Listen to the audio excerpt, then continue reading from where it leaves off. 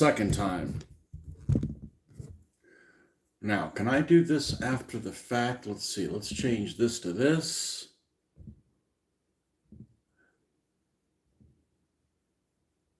Yeah, that's good. We'll change the title of this later.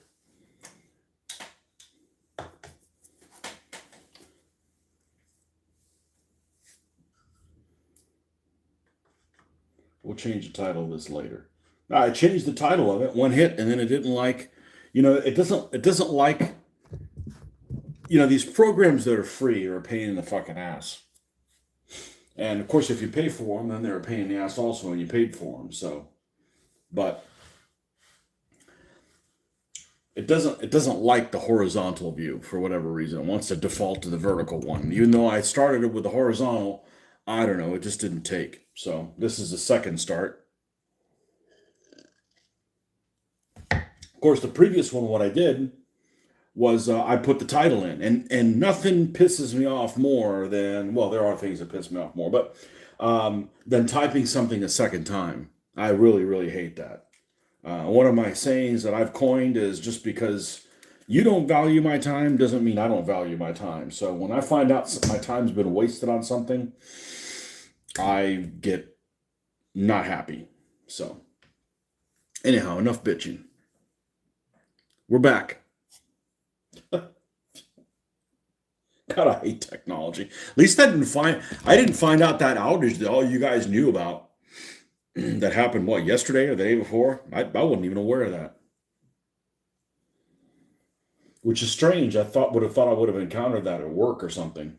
But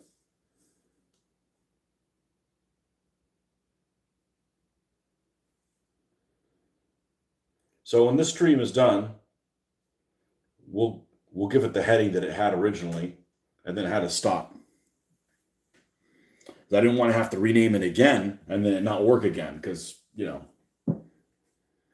know if people who pay attention to the heading. Certainly not when I'm live. If this is the current live session, come on down. So we did a little bit this morning. I woke up way too early and petered out quick. So this is the second session today, after a nap, which was too short.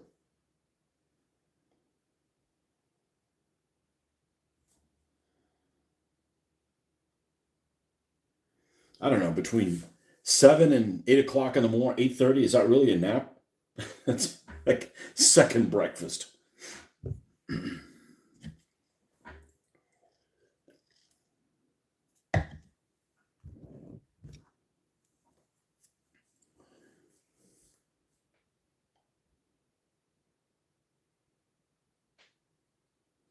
Well, Historicon's almost over. Just a few more hours of it, and I don't have to drive back.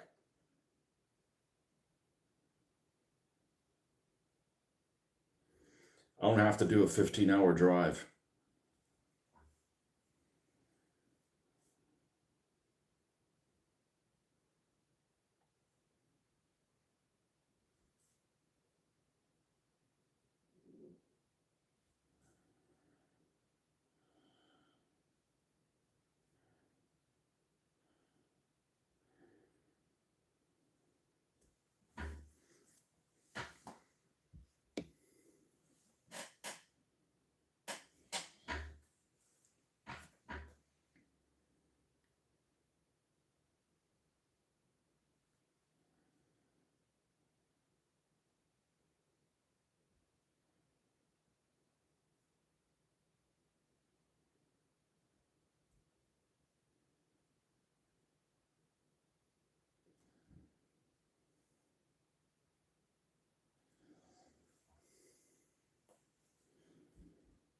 All right.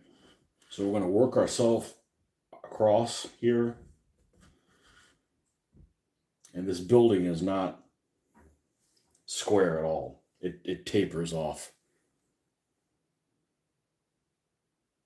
It got displaced a little bit when it got shelled and the top floor got eliminated.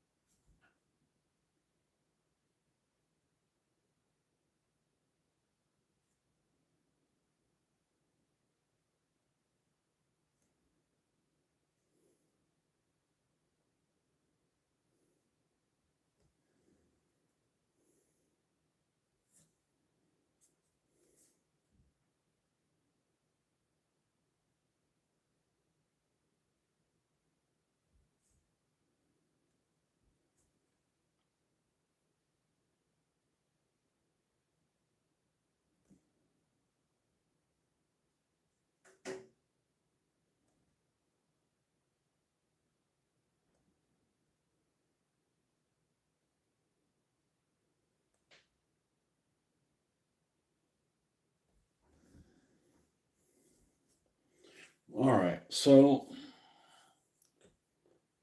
let's so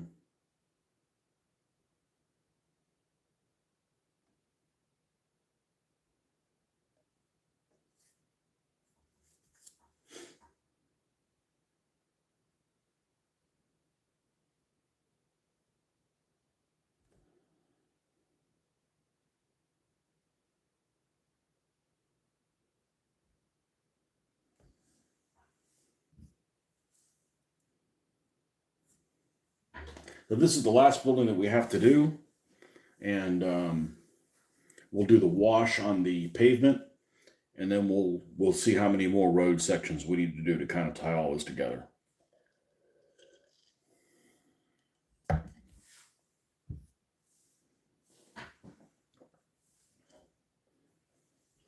I guess that's the problem with taking a nap is now we don't have anybody on here. Tomorrow's the big day, anyways.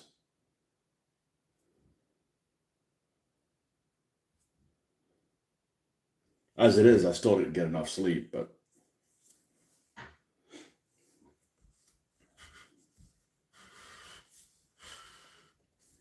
let's see if I can do something. Let me go ahead and do that while I'm thinking about it. Let's take all this stuff that's seemingly in the way. Well, that's not supposed to happen. Now, that's why you put a cover on your phone. Let's move all these things out of the way.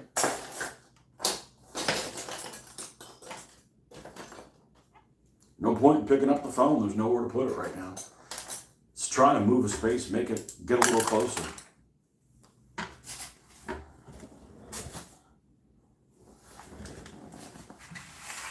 Yes, we'll get to you guys in a second.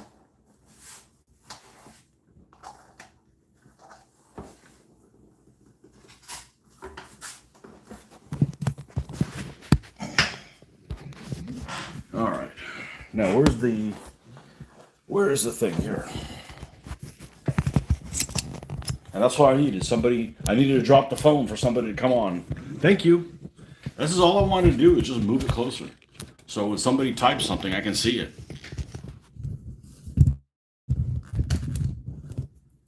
All right.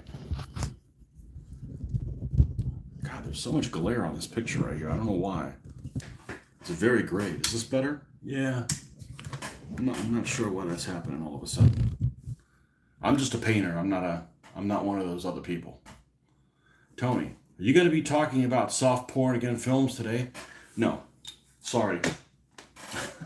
That was a carryover for the other one. If if you want me to, I can, but I'm not versed in any other ones for the time being.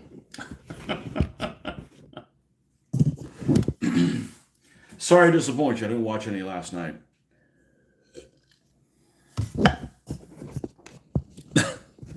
And I wouldn't call that soft porn. I definitely would not call that soft porn. Let me adjust this so we can. Boy, everything's going freaking wrong this morning. No more naps. Everything goes wrong when you have a nap. There we go. Let's try this.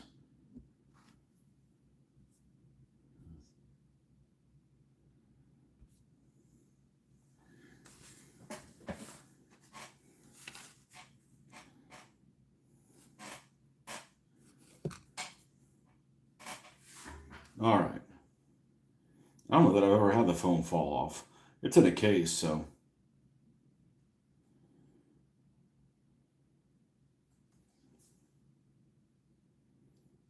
There's people I know that don't believe in putting a case on a phone. And that's why they have a destroyed phone. They're too expensive. First of all, they're too slippery without a case.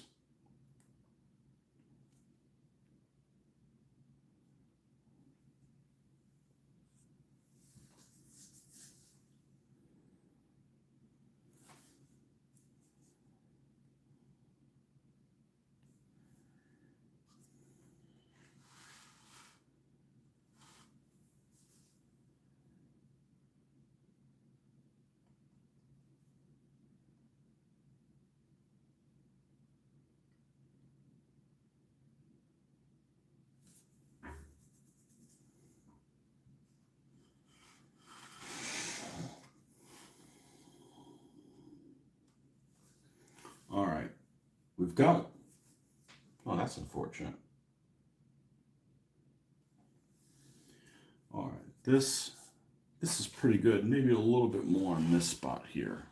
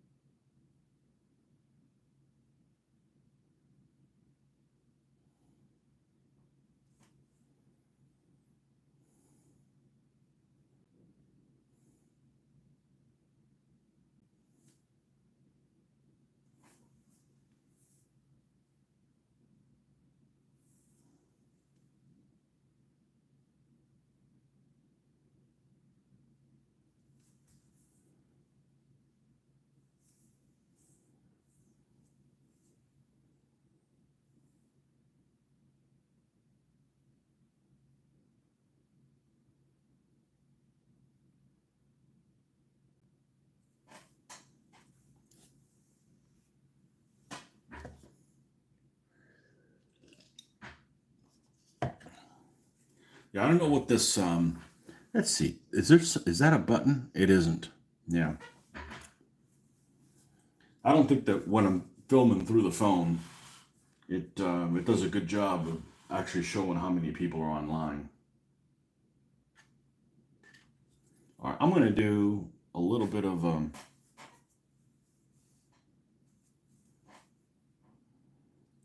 some markings on here.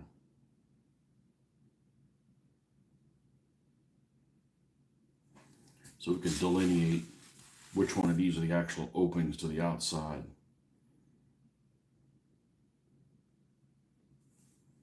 One's there and the other one's here.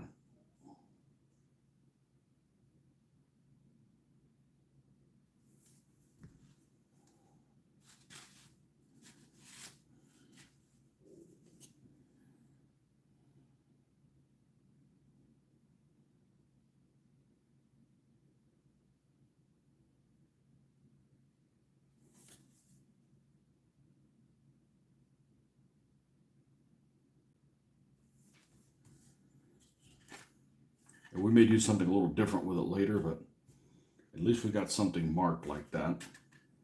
Because sometimes it gets pretty confusing which one. I really don't want to get into the habit of, like, painting these where the windows are like light blue or something to kind of show that it's a window. It's a bit unnecessary.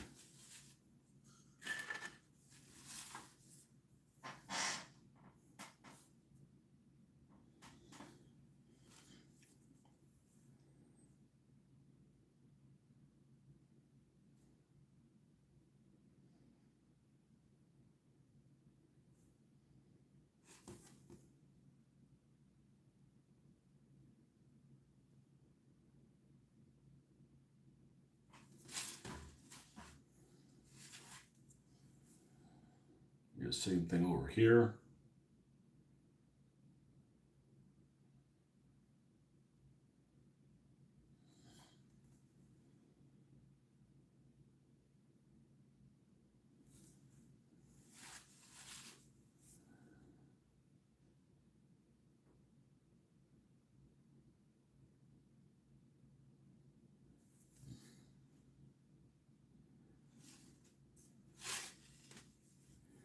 Okay, and then we needed to make some changes over on this other side. Yeah, this is the real doorway. For some reason I had marked it differently. I'm gonna go ahead and we'll do a line there, one here. We're just gonna do some cross hatching here on all of them.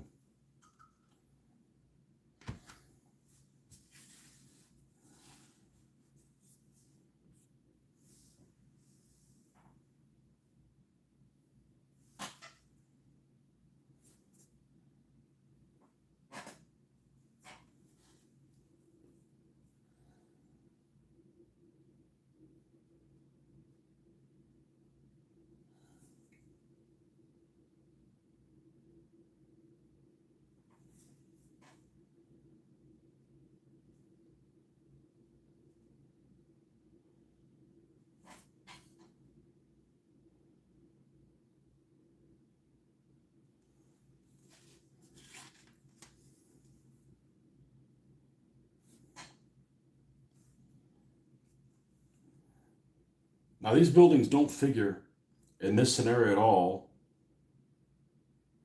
other than for ambiance.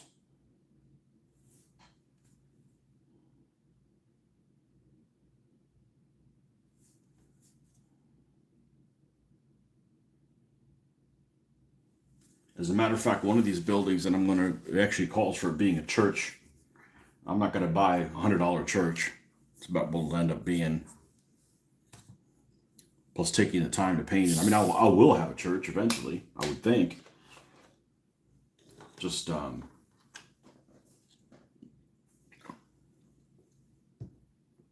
at the moment.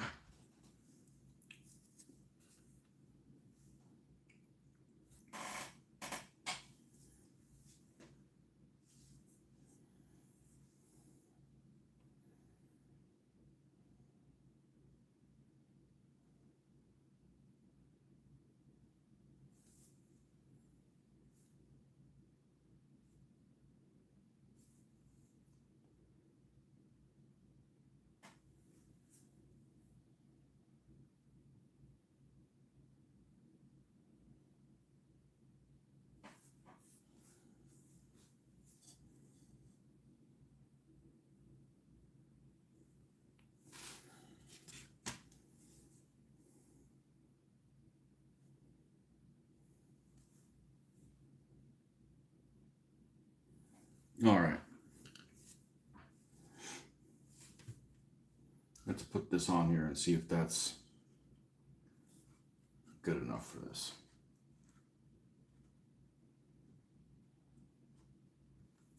This is okay. Could use maybe a little bit more here. There's a split here on the building, so I'm going to carry that over like that created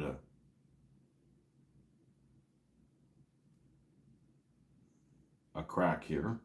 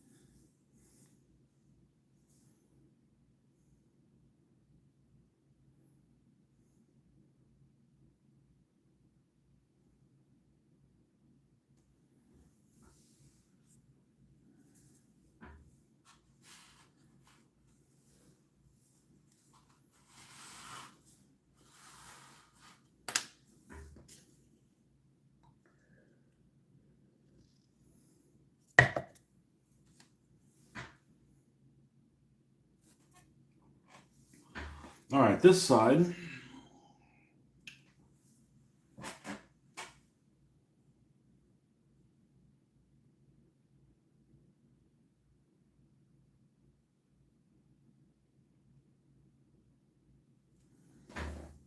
Now I'm trying to take this one step at a time, you know? I've got some ideas about the cloth that I'm going to use as the drop cloth for the scenario.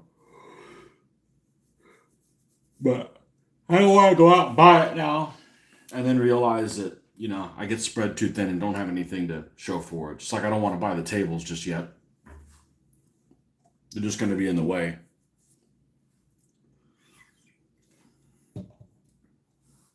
And I got too much stuff going on. It's easy for me to get discouraged or sidetracked.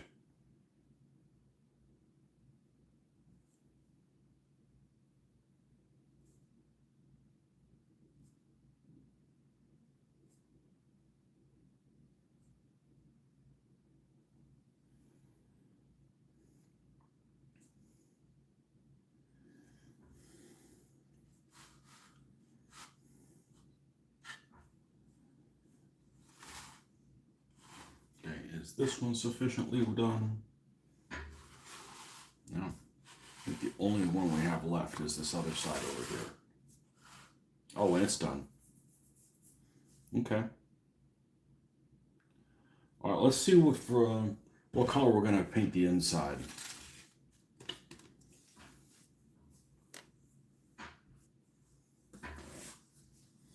That was it. He just wanted Patty just wanted to know if we were going to talk about soft porn and left. Or maybe he's sticking around because we're not going to talk about that. Hey, I never know what we're going to talk about. Shit happens.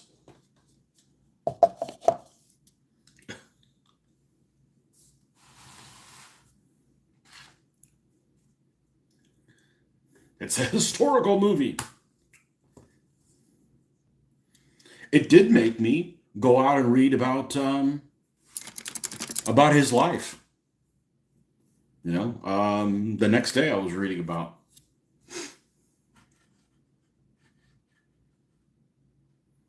What scenario am I doing? Okay, let's show you. It is actually a scenario that's in the book of the Face of Battle, and I don't know how realistic it is, but it gives you some winning conditions and some turns that are based on the flow of this game. So I'm a big fan of using the skirmish campaign scenarios, but they could be 8 or 9 turns long, and they're supposedly to be used with a bunch of different rule sets. But I figured the scenarios that come out of the actual rules that I'm using probably they should be more well balanced. At least like you need to do this by this type of. If you're talking about a scenario, it's not like okay, you need to eliminate this many guys or this type of thing. But if you're talking about you got to do this and you got to do it in 4 turns, it should be more balanced with this. So here's the scenario right here. It's called the Battle of Longevet. I believe I said that correctly. And it's a 7 by 8 foot table with the roads. We already built the roads for it, and trees. We got the trees built for it, and some rubble here, which I'm going to substitute buildings for it. In this church, I'm probably going to substitute 2 buildings. So 1, 2, 3, 4, 5, 6 buildings is probably what I'm going to do. And and I already got the tanks for it. Oh, and the barn, we're not using the barn. We're going to use that Normandy house. Why? Because I'd spent a lot of time looking for a barn that a panther fits inside of. That's literally what happens. There's a panther that starts the game there. That's the main objective, is that panther needs to get the hell off the board before it gets cooked by Shermans. And it can't just sit there and fire. I mean, it's got to make an objective to get the heck out of there. So they're going to show a flank or something like that eventually. And I got the little discs. The little discs came in several weeks ago. I already had some. I bought more just so we have enough. Put them all in a bag. It's just easier to use something that is the same as opposed to cutting out little pieces of paper, and then when you pull one out, you may have an inkling of what it is. But each figure will have at least 2 of these, which will be their actions per turn. You go through all the chips, it turns over with. So there's a game, I don't remember which game it was. Might have been one that I was going to play. I found out about this skirmish game that looked really, really interesting. And it actually came with a board, like a hex board. And not unlike the scale of this, like you would, if you had a building and it had 1 floor, this floor would probably be made up of 6 hexes. So it's pretty tactical. I don't remember what the hell it's called. But I got in the playtest group, and then the author, which I think was Canadian, had health issues and stopped playtesting it. I got my copy of it somewhere, but I never got a chance to play it. I was thinking it was Face of Battle, but it isn't. It also has another Canadian author. But there's one game, what I was getting at, there's one game that had a sequence like that, and it had chits where the grenades would explode. So in other words, you throw a grenade, and the grenade doesn't explode in that turn. It would right at the end of that action. It might be like 3 more actions or something like that before. And that might actually work.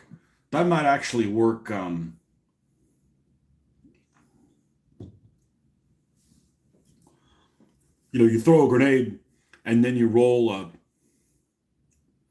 d6, and you keep that hidden, and that is how many how many actions it explodes. So, for instance, if because all this stuff is happening at once, let's say you roll a 1. So you've got this guy. Let's use figures. We got figures. Thought they had them here. All right. So you got this. Who's this? Alderman. Okay. So Rifleman Alderman is up here, and let's get some folks for him to fight. Let's get Paulette, Panzerfaust Paulette, up here, and he's tired of her noise, and he wants to throw a stick grenade up there.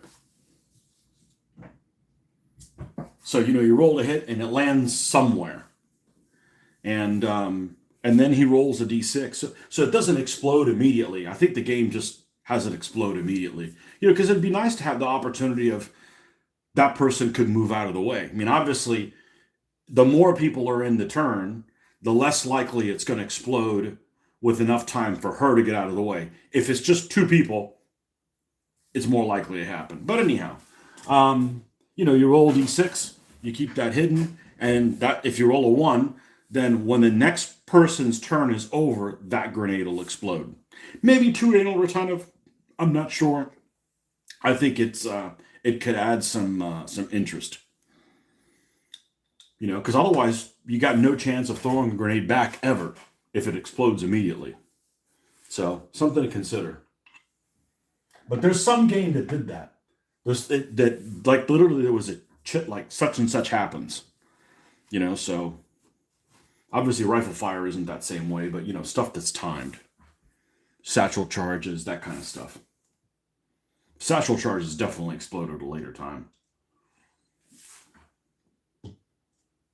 I was thinking about that. That might actually be an interesting wrinkle. An interesting wrinkle, because grenades are interesting. Okay, so we're going to figure out what color we're going to paint the inside of this. So this second floor has an access point here. I'm not sure exactly what it's going to be. This second floor doesn't exist. I mean, there's literally nothing there. And there's nothing on this floor to get up to this top one. So the access to, it's rather kind of strange. If you say, okay, the access to this floor is through this building here, there is no way for anybody here to get into this building because there's no doorway. So it's basically, this building is a bottom floor. If you want to get to the top floor, you got to ask these folks for permission. Climb up some kind of staircase that'll pull you out through here, and then you will go out. And in typical fashion, there is an opening here to get to this floor, and also in the same damn place, almost like an elevator shaft, there's an opening here to get up to level 3. So I'm not sure what I'm going to do that yet right now. I'm not going to overcogitate about that, and I'm just going to paint the floor, and we can come back at a later date and figure out exactly how that's going to work. Because, like I said, this particular scenario has buildings in it, has rubbled buildings, and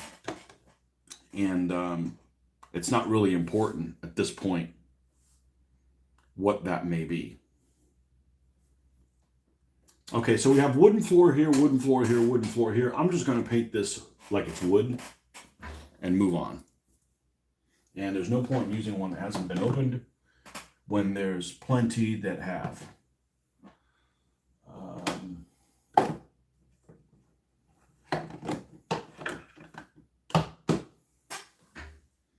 Melted chocolate. That's too much. That doesn't smell pleasant. It doesn't smell horrible, but I'm not used to acrylic paints having a smell to them.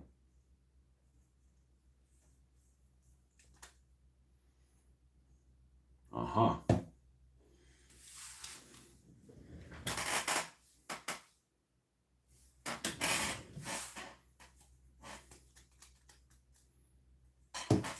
This is one that hasn't been...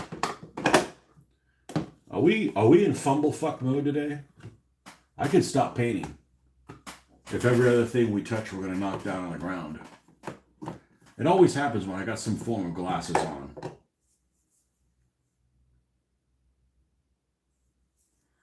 I don't like this melted chocolate. It's a little too melted.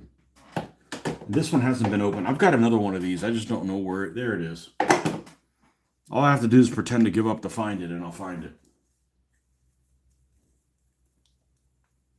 Folk art real. You know what? I'm going to use the folk art real brown because I've said that I'm going to replace these Americanas and these other off-brand things with this folk art because the folk art is better quality. So I'm always talking about that with the black and the white, and the black and the white folk art are very good. This is a brown. It's also folk art. So let's see if this color is actually worth a damn. Melted chocolate, too dark. Well, it's just kind of to get it. This is just a ground floor. Okay, this is just to get something brown on there. I'm not going to paint it like it's got wood. I don't have that much free time on my hands. Okay, so let's see. And I'm going to use the big brush because that saved me a ton of time as soon as I find it. Once again, I took off my glasses. This is annoying having old person glasses problems that I didn't have 6 years ago.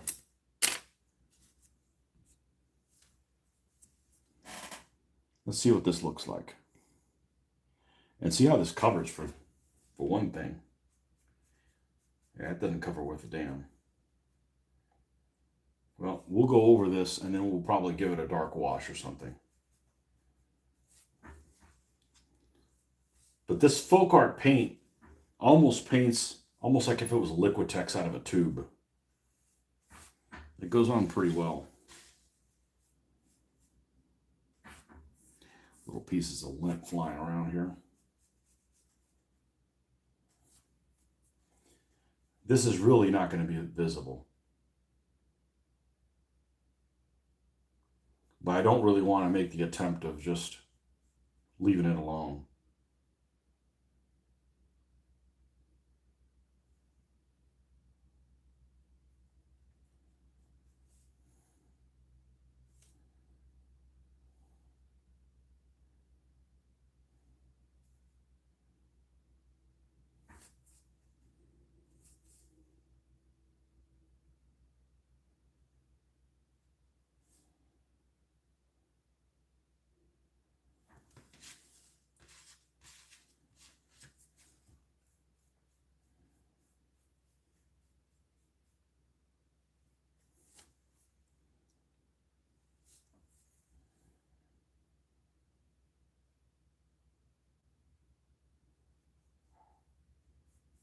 I had half a mind to actually contact one of that eBay seller that he has the right price vehicles on there, but he uses a printing method that just like I can't buy anything from him. Like it might work for building maybe, but a vehicle it's just you can see all the lines on it. It's pretty severe. Old person problems. Do you think you're maintaining your painting quality despite glasses, etc.? So that's an interesting question, Patty.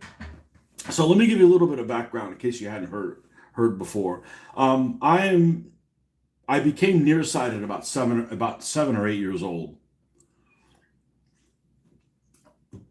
About a negative, is it negative? Yeah, I guess it's negative. About a -6.5. Pretty much stabilized. My vision hadn't changed at all until maybe 6 years ago. And 6 years ago, I'm just having trouble seeing up close, which is really weird for somebody that's nearsighted their whole life. You know, the idea that this is too close to me, I can't see it well, is weird. So I had two options. I could use readers, because I put contacts in, so I would paint in corrected 20/20 vision all the time. I use contacts all the time. So I can either paint with contacts in and use readers, or um, just take my contacts out like I have right now, and I've got a +6.5. Um, I don't know that I paint better. I think that because I am painting with magnification, because I used to not paint with any magnification at all. I'm enjoying the nooks and crannies of whatever it is that I'm painting a lot more than I did 10 years ago. I don't know that my painting is better, but I don't have to go back and touch anything up uh, because it's like in my face, and I can't be one of those like, well, it's got to look good from 3 feet away. I'm like, I got front row tickets to a shit show, so if it doesn't look well, I can't help but look at it. So in some ways, it's better. It's just annoying when I'm doing like the filming and I want to see if somebody commented it, and I can't see what you guys wrote, and this is about 1.5 feet from me. I've got to like get up this close. So, but it's a minor inconvenience. Um, Wearing readers isn't that big of a problem. I'm using the weakest one I possibly can, and I'm going to try to use that one as much as I can so that my eye doesn't get too lazy. On daily wear and stuff at work and stuff like that. But it's the most annoying part is probably in the daytime because I am very sunglass dependent, and having two pairs of glasses that you're switching back and forth is a pain in the butt. But I would say that I'm enjoying the painting part more because I look at it and I'm like, oh man, there's a little pipe there. It's got little, I'm just aware of things that I might have glossed over a little bit, if that makes any sense. Like, oh man, that guy's got a buckle. Oh, and there's like a little tab on the buckle. It's like, I don't know. It's more enjoyable. In a way, it's better. So,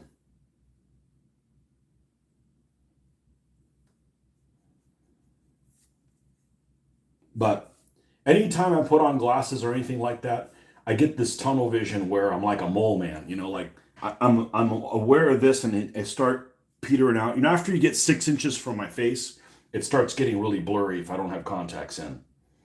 So I'm not a big fan of doing klutzy type things, and I'm not naturally a very klutzy person, but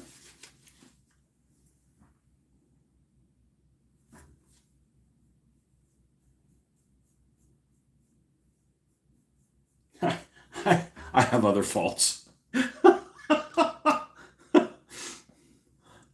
I have other faults.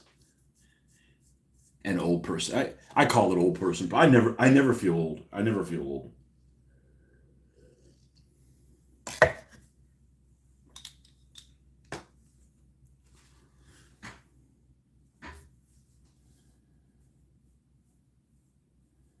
Especially considering what shape people are in that are my age.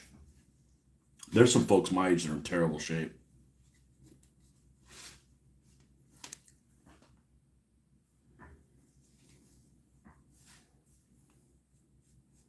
My big problem, I just have an eating problem. I like to eat. I don't necessarily like have to eat something unhealthy. I just like to eat a lot. If I could just control that, then I'd be great. I'd be grand. Never painted with glasses, but last year started with +2 readers. Hate them, but yeah, somebody gave me like one of those like jeweler type things. It's only like +3. I'm like, shit, I got 6.5, just not putting anything in. At least you're still painting, yeah. I don't want the shakes. So here's a funny thing that I've been nearsighted my whole life. So the whole time they convince you, I don't know who they is, but you get this impression that you have bad vision. I don't have bad, well, I do now because I've gotten the 6 years ago. But before that, I didn't have bad vision. It's focused improperly. I have better vision up close than anybody else. I have an improper focus for a human.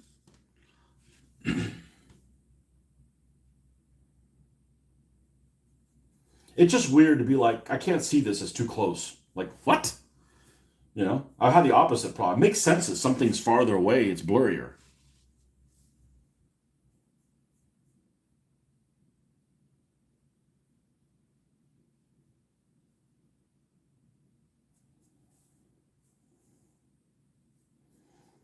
But it's not a big deal. But I definitely am enjoying the little nooks and crannies of whatever it is a lot more.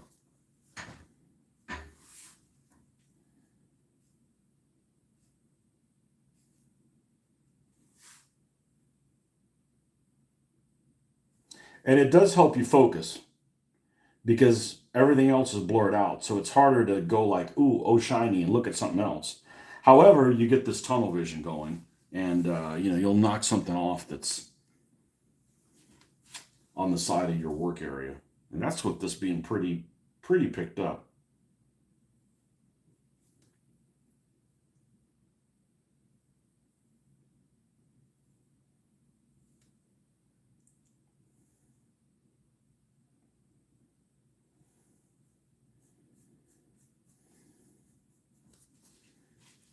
And the only reason I'm painting the inside of this really is so that where the walls are stand out a little bit more from when I put figures inside of them. So here's the open hole to access point. We're just going to leave it like that for now.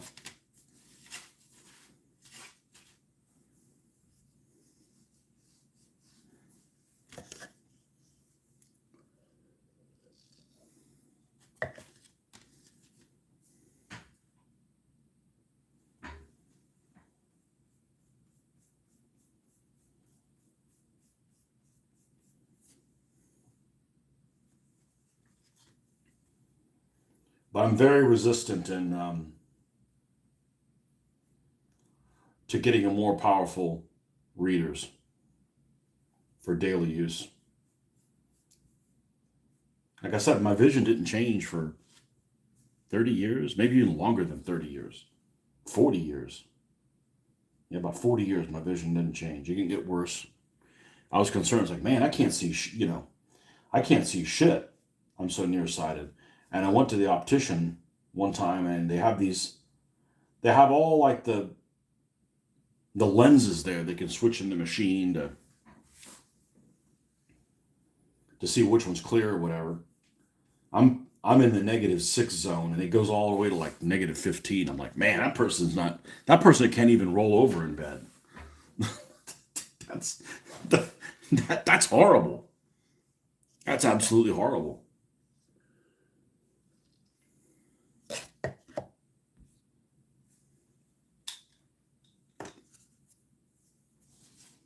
Yeah, I don't. These I just wear them at home. Like if I go to bed and I'm reading or something like that. If I'm on here with you guys, driving with this, that's like a good way to have an accident. It's like driving intoxicated. You'll move your head, and then it'll be like, and these are thinner. These did some kind of thin treatment to them, but still, it's pretty severe.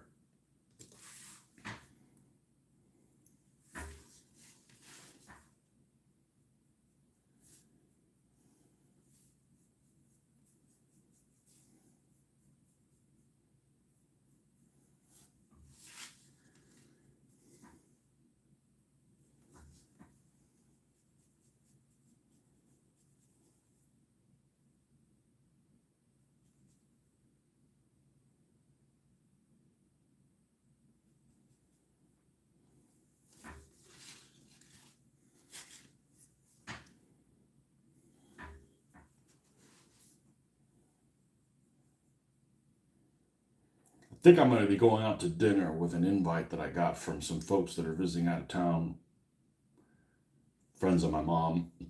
So we're not going to do a late session today, but we'll be back in the morning.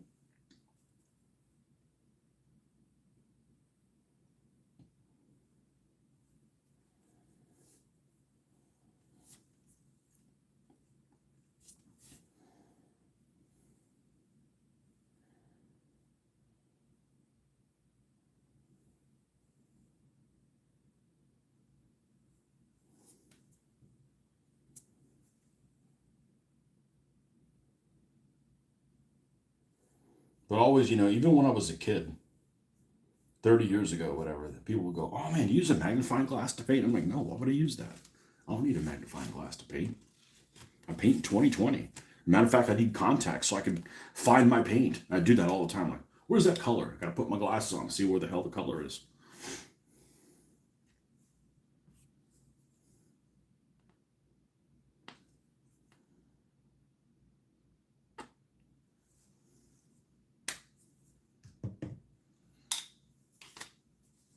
Well, these bricks turned out well. I think I got one more batch to do. We should be good to go.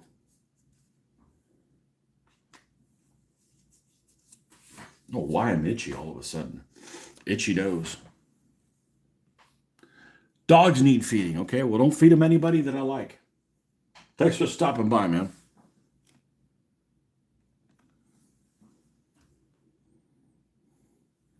You have a dog named Odago? You should. Actually, you may not be Irish. You should be with that name, though. Good old Odago.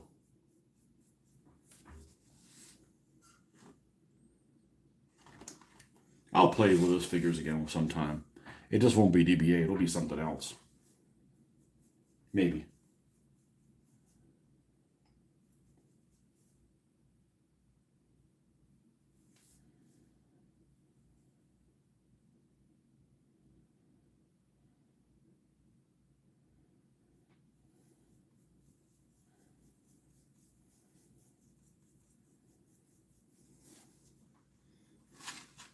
Pretty sure there wasn't any DBA at Historicon.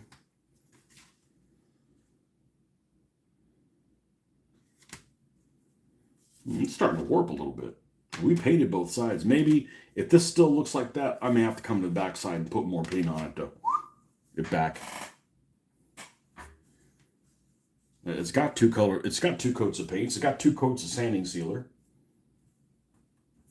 Of course, this could be. No, this actually looks flush. Yeah, we'll have to paint the back once this dries. We'll paint it back in gray.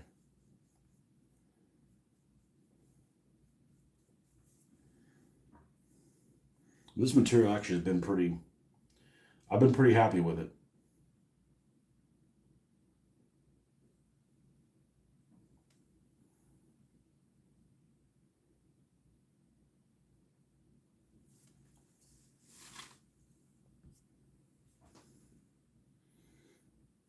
Doggos are named Molly, Pippa, and Safi. Irish family, but very English. I don't know what that means. Do you sound Irish?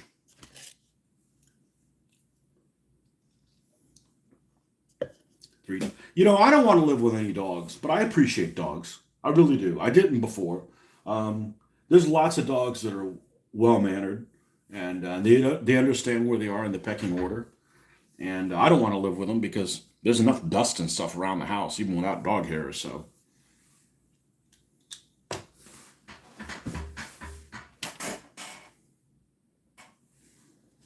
I never grew up with any, so I'm not really used to that.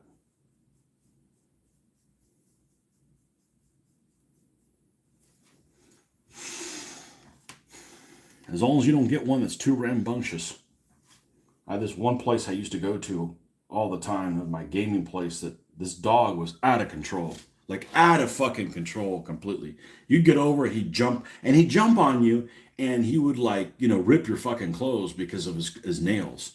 So it's like, that's a pain in the ass. It's like, okay, well, maybe if we just got there, once it simmered down, and it's like, I don't understand, like, if you ignore an animal. I see if you rile it up, okay, well, it's your own fault that the animal got so excited. He wants to play with you, right?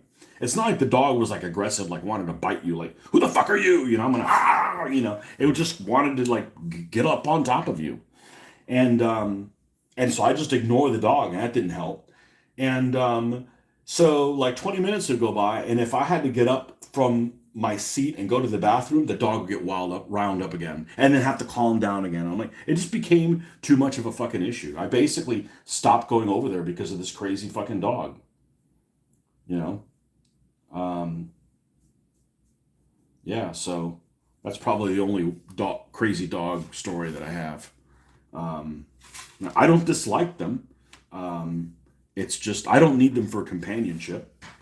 I can see, they're good because they force you to go outside and go for a walk, which we all need to do more of. Ben, it's time for your walk. Uh, I need to go for a walk. I need to get on the freaking bike. By the way, one of you guys said several years ago when you recommended watching Jimmy Carr, you said that I laugh like Jimmy Carr. No, I laugh at my own stuff. But there's a guy on the Peloton that's from England, and by the way, he's the one I enjoy doing the rides with more than anything else. He's kind of gamer nerdy in a way. He laughs just like Jimmy Carr. So I wonder if he's a fan of his. Yeah, see, I laugh at my own stuff. I don't like people that just don't ever like. Who's that guy? Who's the guy with the French name from The Office? I don't like him. He's like deadpan all the freaking time, and he's child molestery weird. Ricky Gervais. Ricky Gervais doesn't laugh at his own stuff. I'm like, you don't have to laugh at everything, but sometimes you can. I'm just used to that. I'm used to cracking yourself up when you say funny things.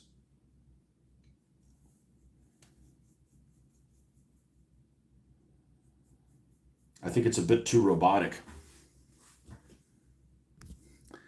You've been watching the Tour de France? I have not. We have a Peloton, one of those TVs that hooks up to the internet and you can do live classes and stuff like that. No, Tour de France, nah. That's still going on. I had to use a bike for transportation for many, many years. So, um,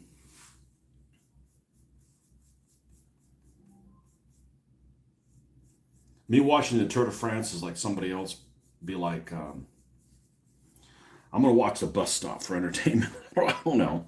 Um, yeah, it never occurred to me. I don't really like the only thing I enjoyed watching way back in the day was Formula One. And the reason I enjoyed watching Formula One is because we had this game that we play on computer, and the way it was calibrated, we had one computer. It would switch you from so in other words, you would play a driver, and when you weren't playing, the computer would drive that driver for you. So you would take turns. So in other words, you would go and like do 3 laps, and then it would say, okay, switching, and give you like a 10-second countdown or something like that. And then you would let go, and then it would fade from your cockpit and put you in the cockpit of the other driver that was playing, and then the other person would take over for them. But it was a way to do it with one computer. This was in the mid '90s, and we would like watch. I don't know. We'd wake up early and watch, say, Hockenheim, and then we would go and race Hockenheim. Do all the speed trials and stuff like that, and adjust the wing and all that kind of stuff. So it was like I was watching something, but also participating in it, not just be like, you know, eating cheese balls or whatever it is that you're eating. I don't understand watching sports because I'm fine playing it, but so yeah, I would watch Formula One. Same thing with hockey. I used to watch hockey. Why? Because we had a league. We had a Sega Genesis hockey league. So everybody took a team and we'd go out and play games and we'd log them in and we had a championship and it's all about participation, folks. It'd be like wargaming and never playing a war game, never painting anything. Okay, this is El Warpo a little bit. So we're going to paint the back again. I didn't think I needed to do that, but I will. And get it to warp back the other way. And I'm going to just, that ought to do it. We'll smear that stuff around.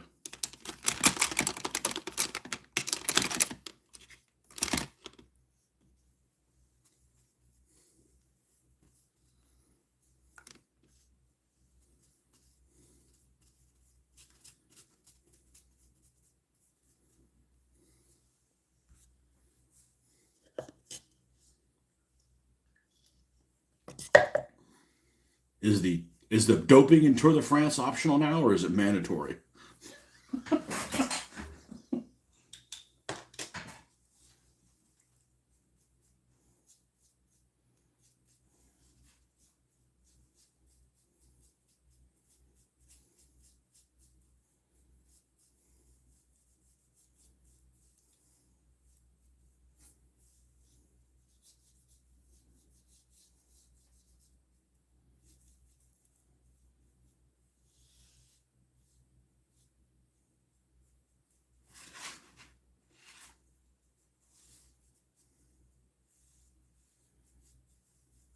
Yeah, there's sanding sealer on both sides. There's paint on both sides, and it still warps. Yeah, it's an easy fix. And you can bend the stuff back pretty easy if I need to do that. But I figure it doesn't hurt anything to put more paint on the back. But this will solve the problem right here.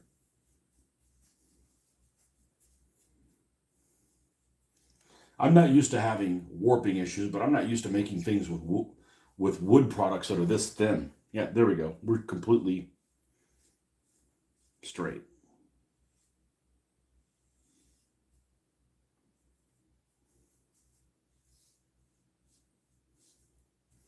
All right, well now I've damned myself because I can't work on the rest of this until this dries.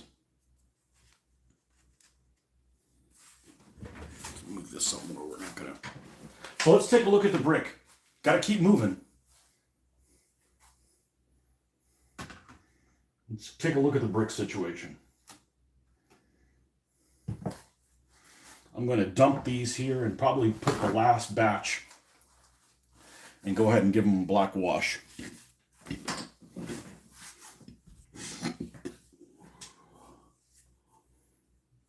Something smoking your way? Something smoking? No. Should there be? I'm certainly not smoking anything.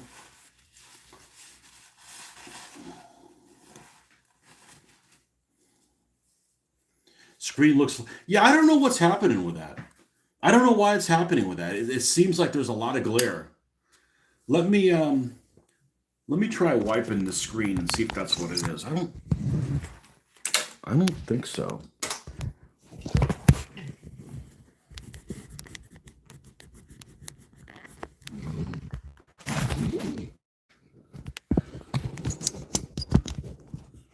Did that help? Did that do it?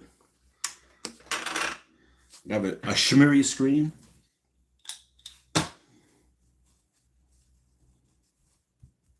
Okay, this is pretty dry.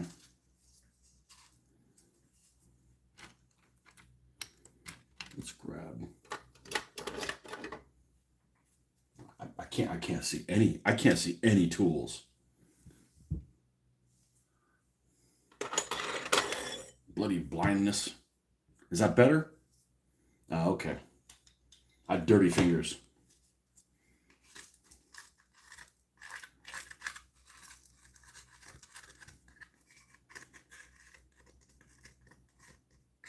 So I apparently have a problem. I don't know if other people have the same problem, that anything that involves fingerprints, I can't use.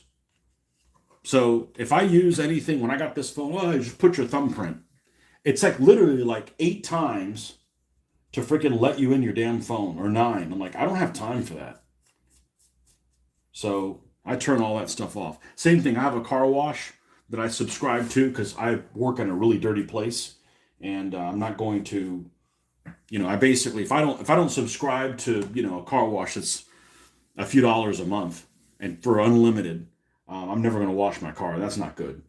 It'd be a mess, because I'm not going to go and I got nowhere I can wash it here and that kind of stuff. So I got like a little 3-minute thing, and you could do some touch up.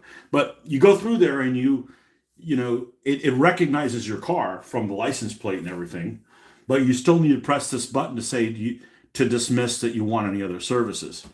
And I can't ever get I'm literally trying it 15 fucking times to do it.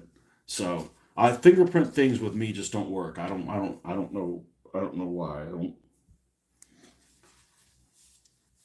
I guess I should try committing a crime and see if they could find me. Well, I've gotten this long without doing one, so I don't think that's going to happen anytime soon. Okay. So maybe this isn't the batch. Maybe this isn't the last batch. Maybe there's one more to do after this one, but we're getting close. And one thing I didn't like this like brick dust that was in here. So this kind of eliminated some of this brick dust issue.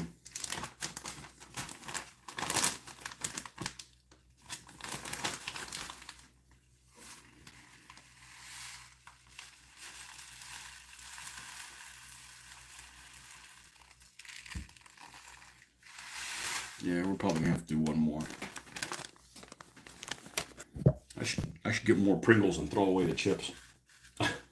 I just want the lids. You can buy the Crown Royal bags. I don't like Crown Royal. It's too sweet.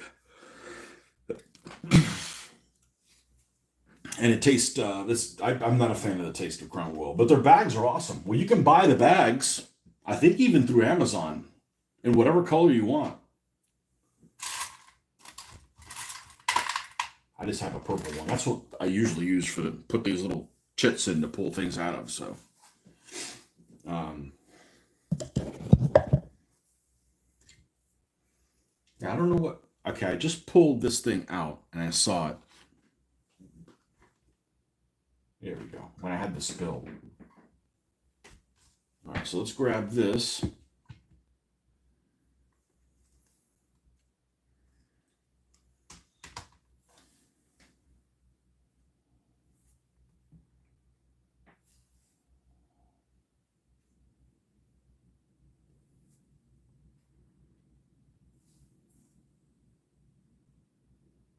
You know, I don't want to have to repaint my buildings, and I wouldn't want them to be rosé colored.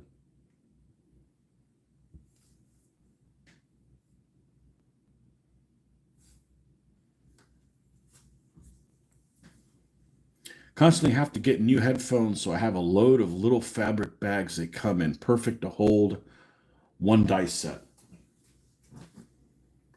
You know what I have a ton of? The little rubbers that go inside the headphones. I mean, like, I must have 40 of them. And I don't think I've ever lost a pair, but as soon as I get rid of those, like, I don't need these, I'll need them. So, you know what I'm talking about, the little rubber donuts? I'm talking about, earbuds, not headphones, sorry.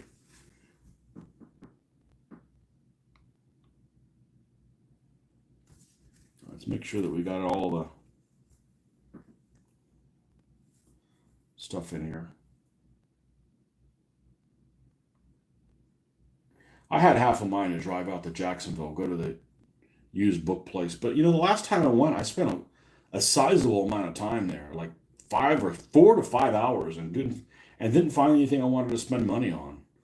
All I want is to get my copy of 131 War Games Soldiers and Strategy, damn it. Without having to sign up for a subscription service, then I got to worry about canceling it. I already got that on Audible. I don't need something else.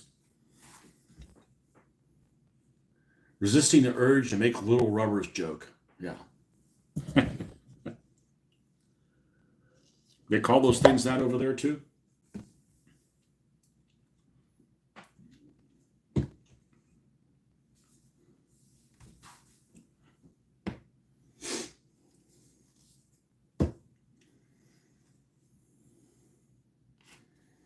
Okay.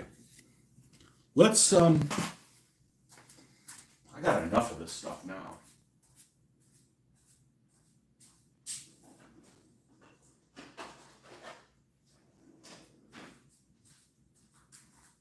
I'm going to transfer it in a bag and see exactly how much of this stuff we got.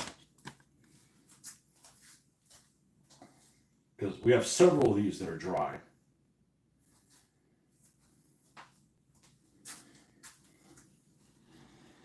See if I can manage to make a mess or not.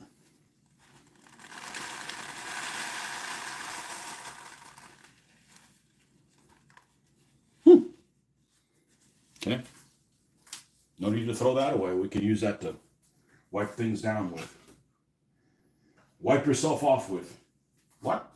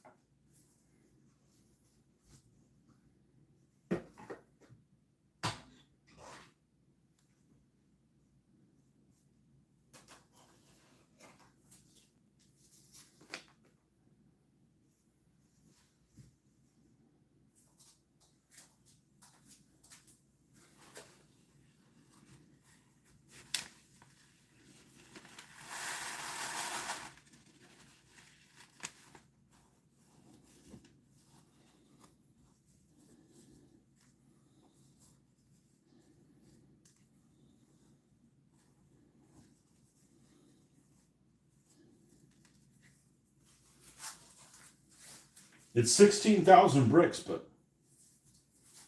and I don't think I've lost more than maybe 10 at this point, but it's still not that many. If I get more, I'll definitely use a larger container to do a wash of them in.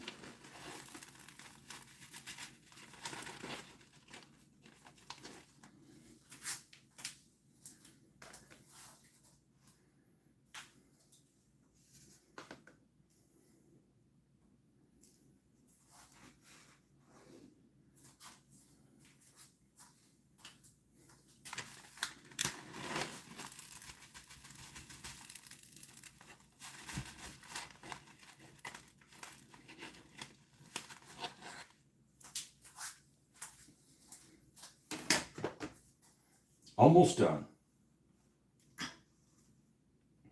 Oh, this is 2 batches that are here.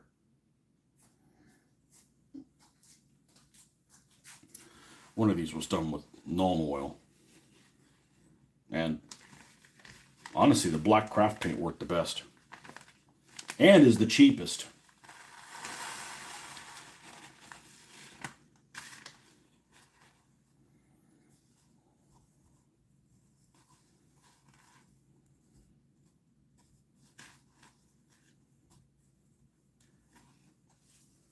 And then the last batch is the one I used the dark tone, the strong tone with, which I really didn't like the way it turned out. But I'm throwing them in there anyways. I'm not going to redo them. It's so few of them compared to these other ones.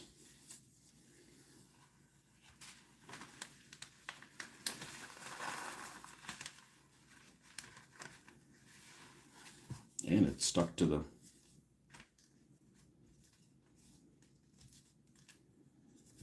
napkin.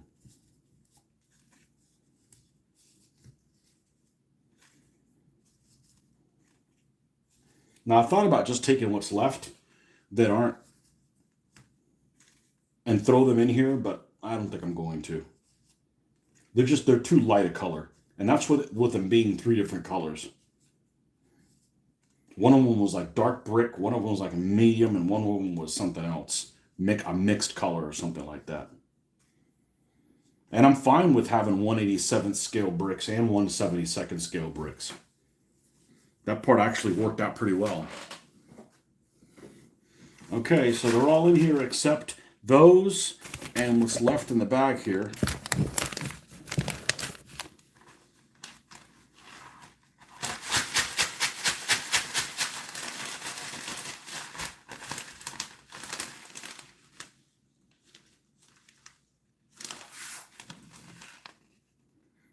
Looks a hell of a lot better than this. And there's no dust. Like this has all a bunch of little dust and shit, you know. Which, you know, brick dust is okay, but you know, you're gonna create issues. Yeah, this is that looks pretty good. That looks pretty darn good. I'm pretty happy. That was a hit. That was a good $60 investment. It's about what it cost. Assuming my labor is free. Doesn't seem like that many bricks. I could have had 4 times more. So when we set up the board, which hopefully we should be able to do something tomorrow morning. Even if it's not in the garage, you set it up here and just take a look and see what the stuff looks like. See what I can get away with it. And I want to get some talus, maybe like a light gray, because there's some of this stuff that, and then just leave it at that. I think that probably I don't need to go in this. Well, I could have pieces of wood and shit like that.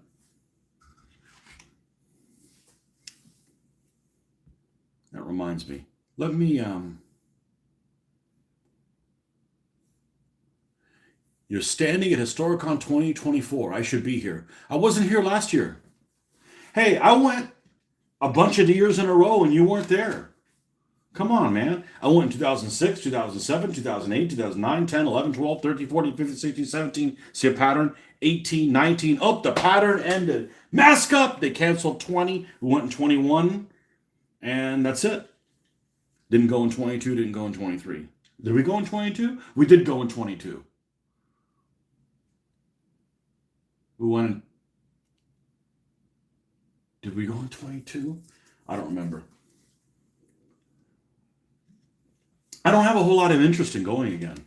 It just takes up too many personal days. Forget the cost. The cost is definitely affordable and it's worth it. It's worth $500 or whatever it costs. It's about $500 by the time you do the math. It's like $100 a day. I'm talking about like splitting the hotel and everything. But I have very limited days off. And even worse than that, I got to plan everything when I leave. And that's really good. That's really getting old. That's really, really getting old on me. I'll be right back. I'm going to go grab some wood. Make jokes. And see if we can't paint up some pieces of wood that we're going to throw in with the rubble.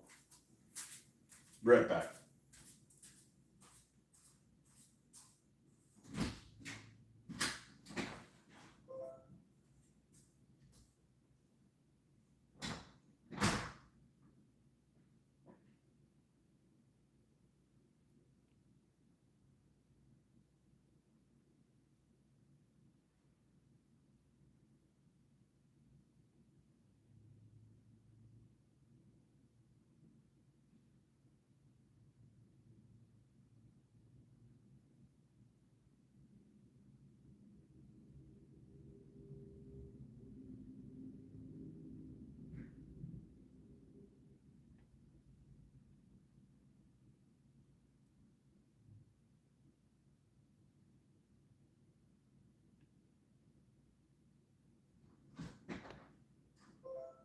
I'm coming.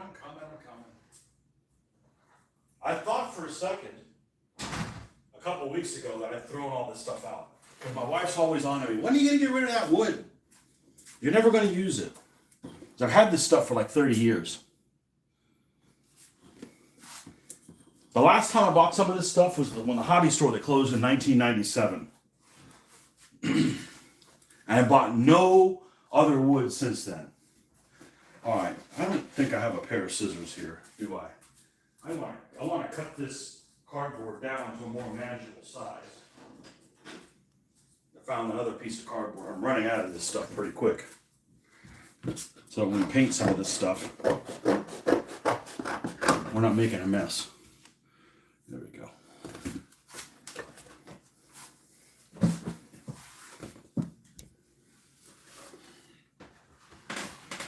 Yeah, I don't miss going to Historicon. It's a big pain. It was 15-hour drive, lots of, I'm maxed out at 18 days. And Historicon takes up 4 of them. I can go whenever I want. I just don't want to go bad enough. And everybody stopped going. People came up with excuses. Oh, it's in the middle of the summertime. They can't go in the summertime. Well, now I don't go for DBA because that doesn't exist anymore for me. So I'm sure nobody's running it there. I got this ruler. I don't know what the hell it's for. Well, it's for measuring stuff, but I don't know when the hell I got this. But this is a good size because we're going to do a lot of stuff. This is 46 meters long.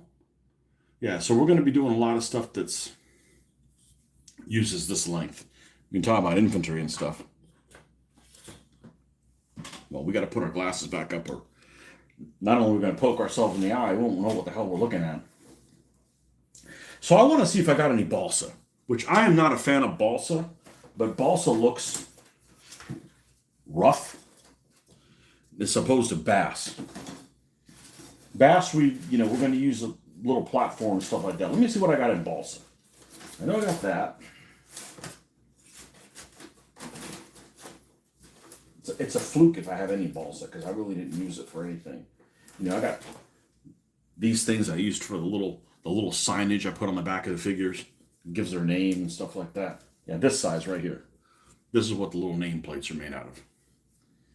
So if I run out of that stuff, well, I gotta run to Hobby Lobby then and get more of that.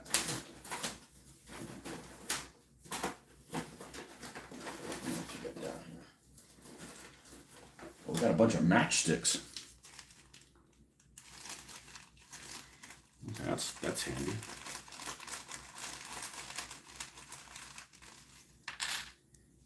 Again, we're gonna wing this shit, okay?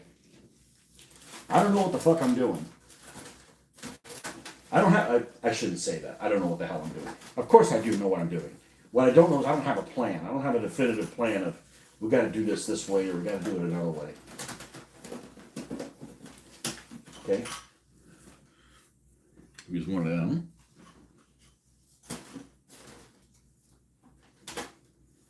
Man, this shit's pokey.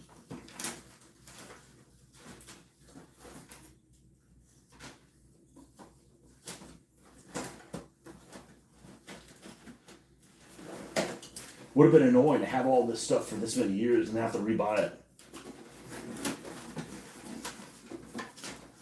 I think that's all I'm going to go with. I don't need like big planks and stuff. All right. So let's cut these into some smaller areas and smaller sizes and paint them brown. Paint them brown and paint the edges not brown.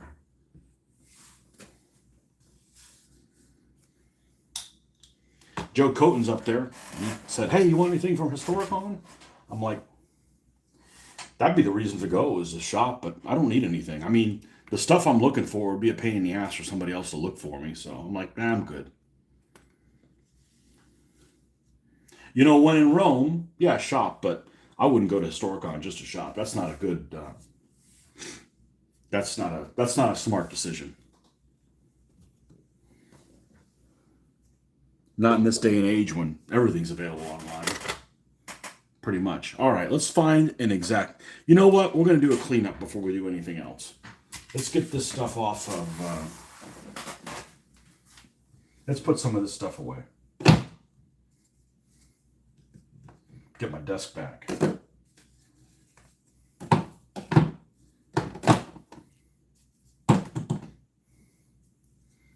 Washes go up there.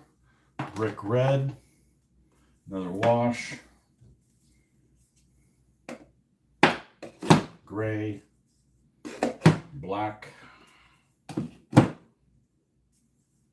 White with a yellow. Another black one. Brown. Pen. Another wash. Nolan oil goes up here. I don't know what the hell this green's doing down here.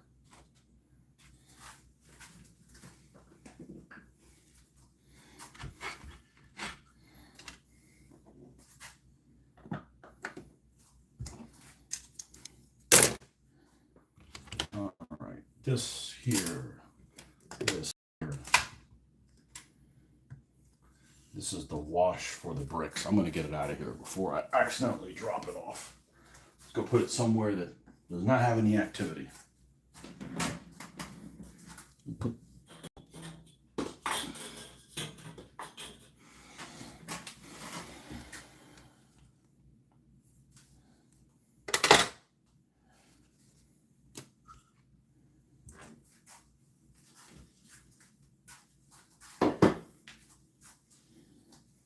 Of course, now that's That's dry now. So we'll go back to that before we do the wood. You have to have an open mind when it comes down to what order you're gonna, what sequencing you're gonna do, because sometimes you can't. As much as I'd like to finish one thing before I start something else, it just doesn't work that way when you're dealing with things that require drying time, which is unusual if you're used to using acrylics. It's unusual that you have to wait for anything to dry. You can't just roll from one thing to another. That's odd. There's the X-Acto knife.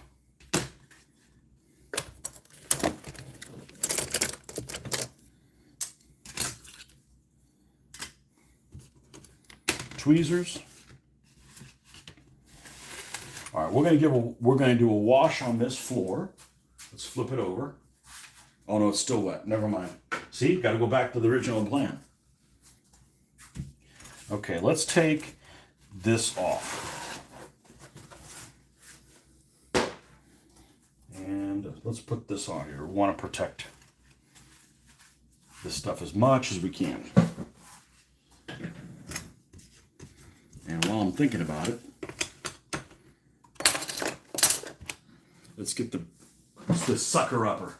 Everybody's favorite sound.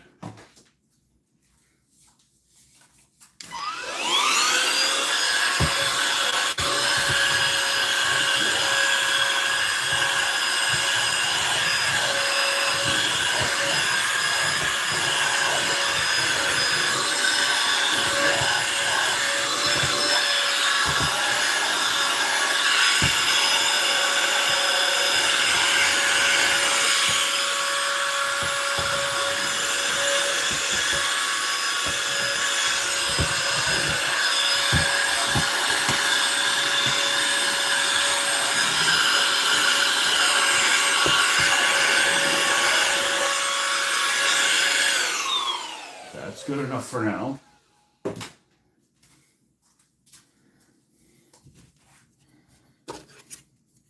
Probably gonna need that.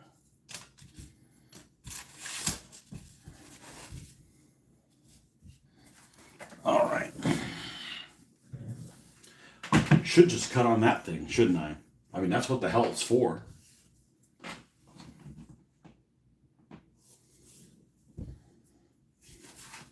A little bit on the edge. Yeah, I don't like cutting on cutting mats because they like get damaged, but I spent a whole $4 on this one. I said I'm buying it specifically to cut on it. The bad news is it's not metric measurements. I'd much rather use metric measurements because then you're talking about whole numbers. Okay, so the X-Acto knife that I found, let's put a new blade in it.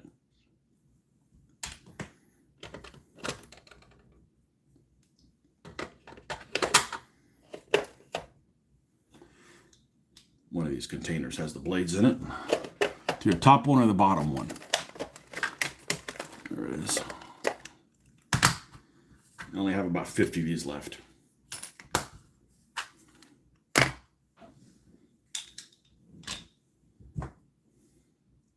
Make sure I don't have any messages. Okay, no, no, no, nope. Okay, good.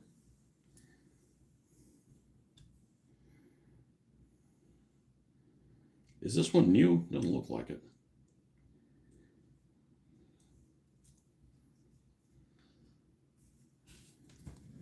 All right.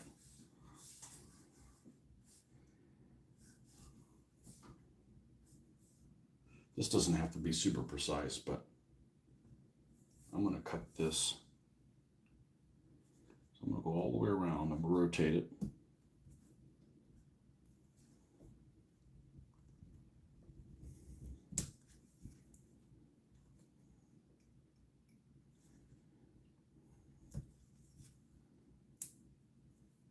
It's okay if it looks broken. As a matter of fact, the next one we're just going to break.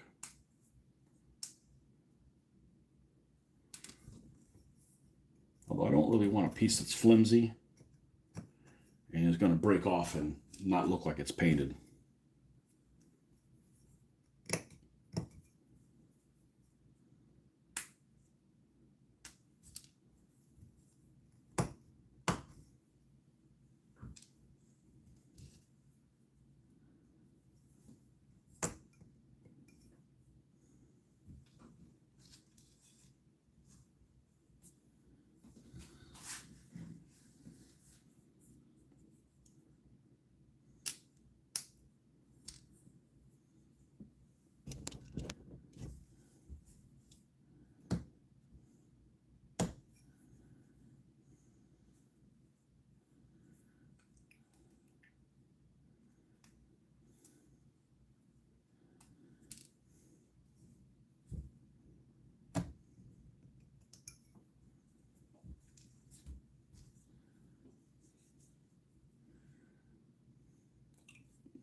I'm going to do something interesting. Just you wait.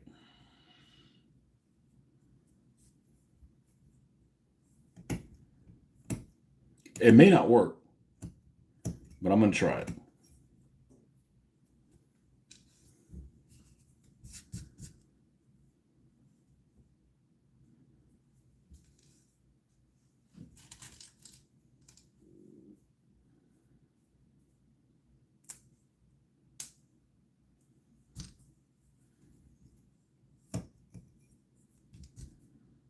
It may not work,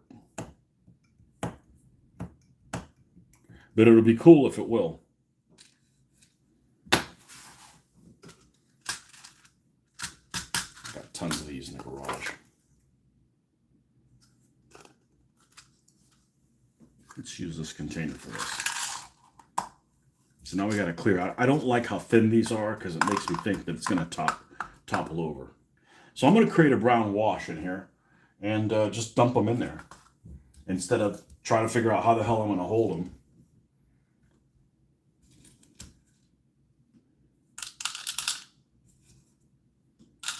And then we can paint the ends and stuff like that after that's done. May not work. Don't know. Do a couple more.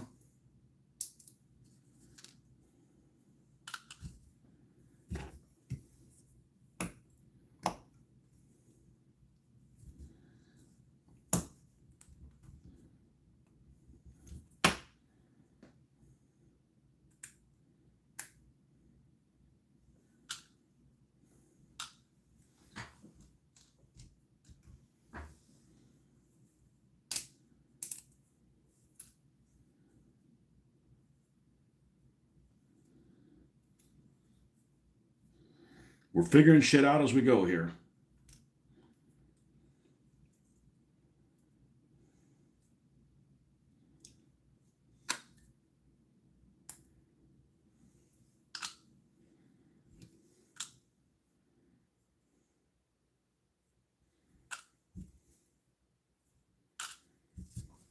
Okay, I think that's it for now. Let's test it with that.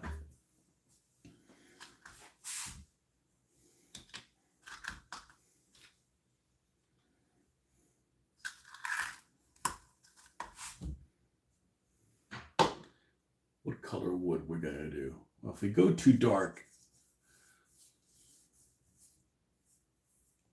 oh,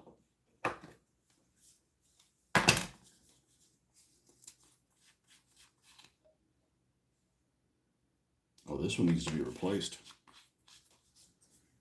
Oh, it's dead. Nutmeg brown.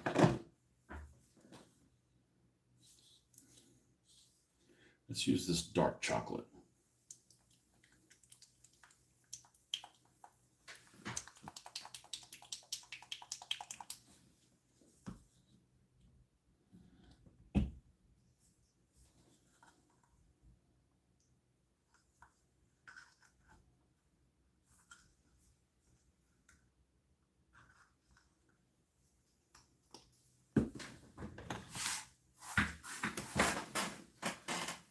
Let's use this to get water from the refrigerator. Hopefully we don't splash this everywhere. Nope, not this time. Freaking high pressure water thing. See? It's super flimsy. I think that ought to do it.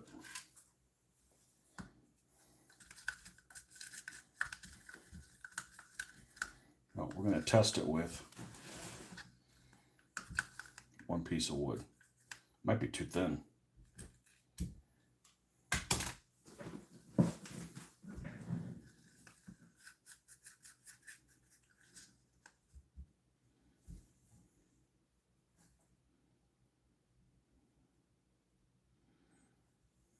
think it's too thin.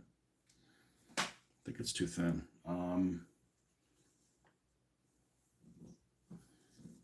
Add more chocolate. More chocolate. Easy.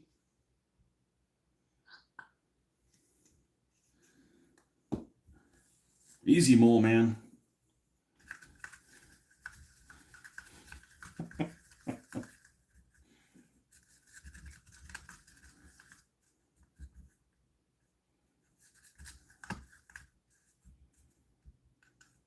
I'm really digging using the craft paint for so many things.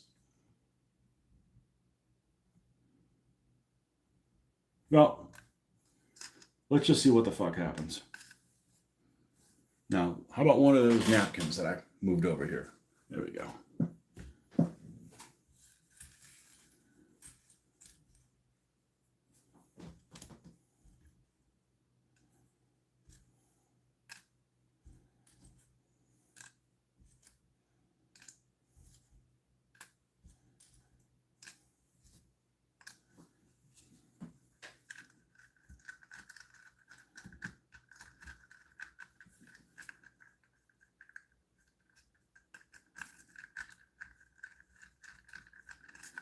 Hey, I'm just inventing shit. And hell, who knows? I may come up with something that you guys actually like. You know, we're just figuring it out as we go. Now, I'm going to go ahead and fish these things out and lay them on another napkin to dry. Man, this thing's heavy. If this falls on the top of your foot, like on the edge, you're not gonna be feeling very good. Okay. Where are das tweezers?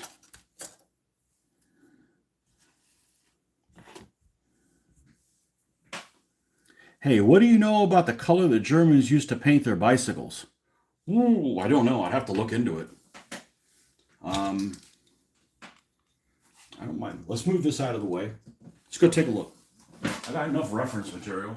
Let's see if I have, well, internet would be the quickest place to find it. But let's see if I have something in, let's see, which one of these books would it be? I know which one it is. It's this one. I bet there's bicycle troops in here. And unfortunately, the art in here is by that dumbass that makes everybody look the same. German Army in World War II. I got this, I don't know, 25 years ago. It's an Osprey book, something like that. Haven't really looked into it. So let's see if this artist. Every one of his figures has the same damn face. You know, they're all clones. Whoever he is.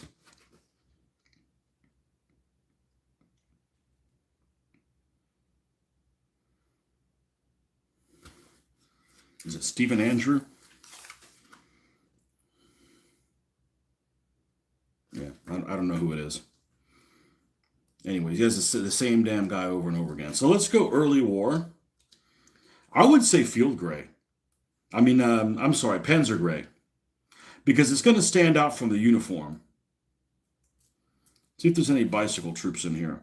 I would think it'd be the same color as their motorcycles are. See if you got any German bicycle troops. I can't really search for it right now, but that's what I would look. You know, my first inclination would to make them Panzer gray.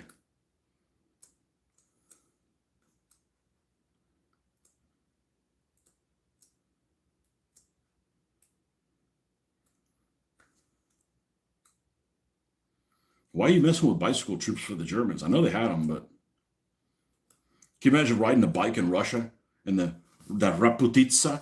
Like, you're not going anywhere. I don't see it right off the bat. But that's my first inclination, is to do Panzer gray so that it stands out from the uniform.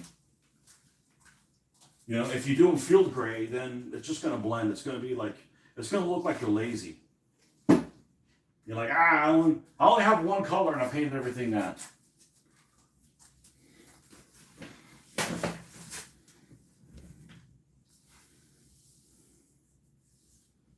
Google the German Army Bicycle 1939-1945 by Val Czerny. Yeah. Late war would be Dunkelgelb as they were painting almost everything in it. Yeah, that probably looked good. You know, you'll paint it and then realize you either like it or you don't.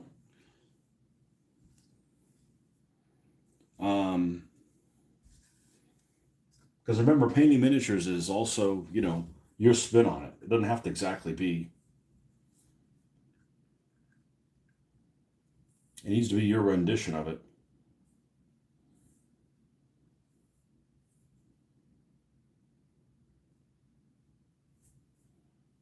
This might actually not be a bad color, but I'm going to show you a little trick.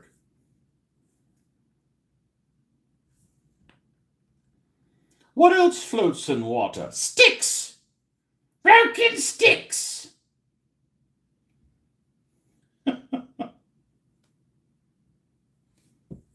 Well, they got better.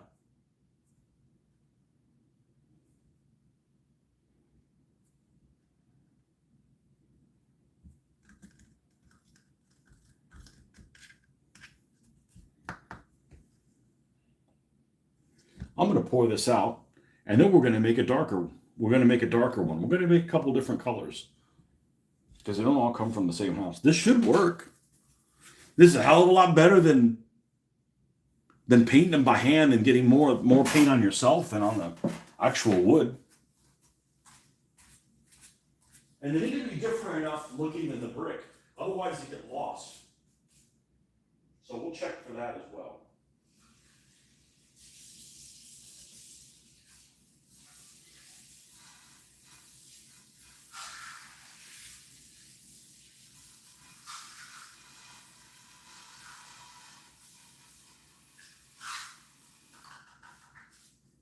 All right. Let's pick a different color of wood. Well, let's break some pieces off first.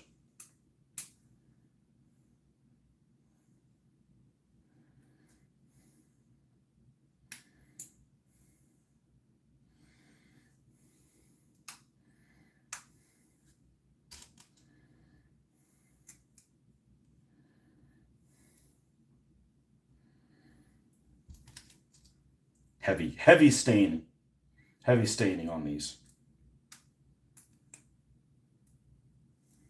I'm not going to try chopping these things off as precise as I did the other one. I think I was just overkilling it.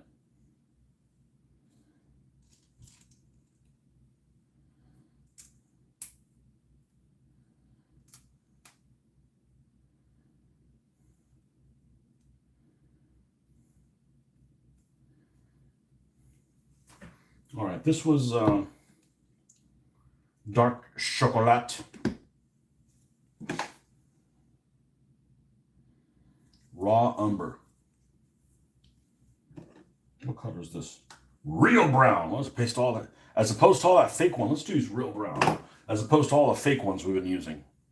And then we'll do the same thing with a lighter one. We'll have like 3 different shades of this stuff. Just working a support option squad for chain of command. No probs. You're using the new rules, 1940 Far East handbooks. Seems that black or camel with white rear mudguards might be the way to go. White rear mudguards. Yeah. There's probably examples of it being painted, and you might decide, like, man, I like how that looks, or that looks like ass. I don't care if it's realistic. I'm not going to do it that way, you know? Like, I'm not putting white stars on British vehicles. I'm not going to do it. Looks stupid.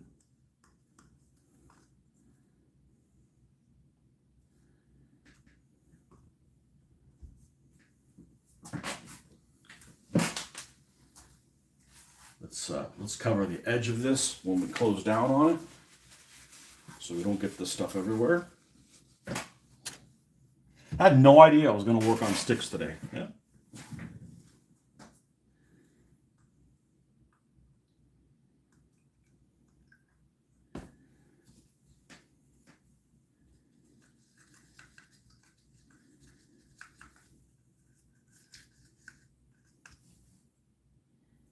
I don't know that it's that much different.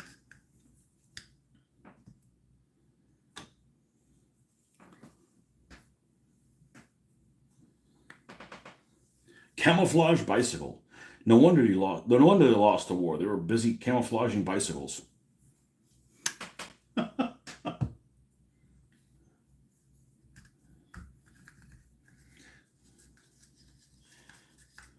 defenders of Europe were busy camouflaging bicycles.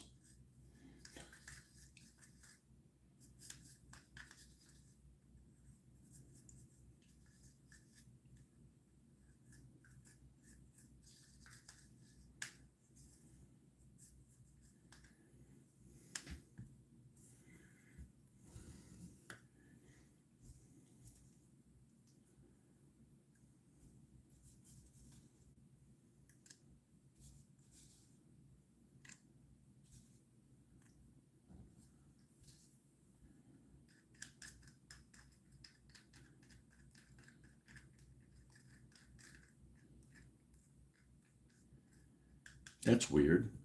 This one's even lighter. Well, that works. Probably because this paint was more water in here than paint.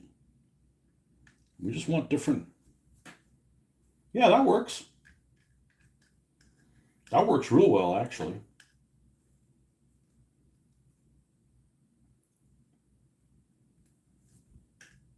I won't make a third batch. Let's just see how this works. In theory, should work fine, but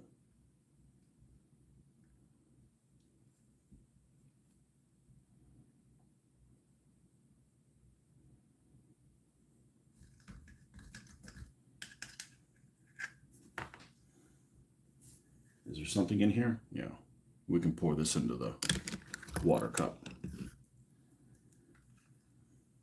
Now we have a more spill-proof container. All right, so we're going to let this stuff percolate. Probably won't mess with this until in the morning.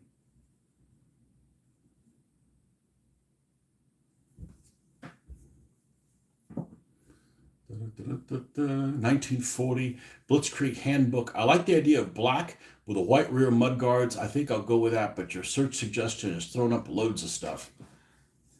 Yeah, that's usually the first thing I go on and just see what people's renditions look like. You know, I wouldn't say, and I do that all the time, and I don't go with the first thing I see. I'm like, you look at 10 of them or 9 are the same thing, it's probably the correct thing.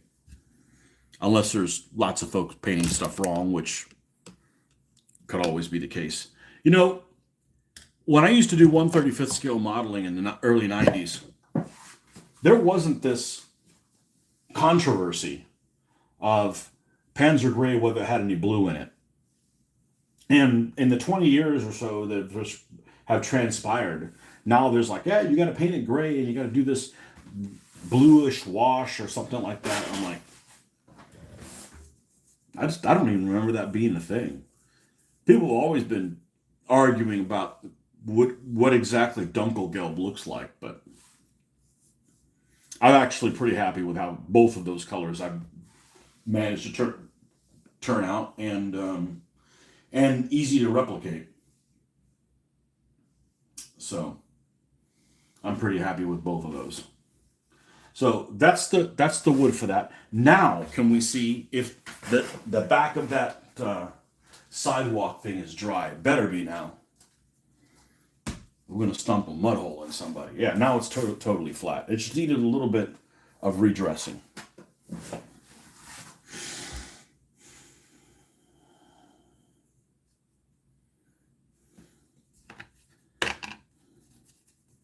There's a lot of groups that have a lot of misinformation on them. I don't know necessarily those two you mentioned, but like the Facebook groups are horrible. They're absolutely horrible. There is so many ignorant people there with they just are spreading rumors and shit. It is out of control.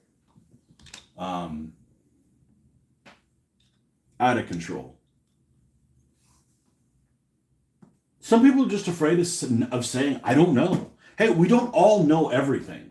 So if you're not sure about something, say, I'm not sure. Not like this is the color it is, because I got to be Mr. Man and tell people how. I'm like, dude, if you're. Don't get the wrong information out here.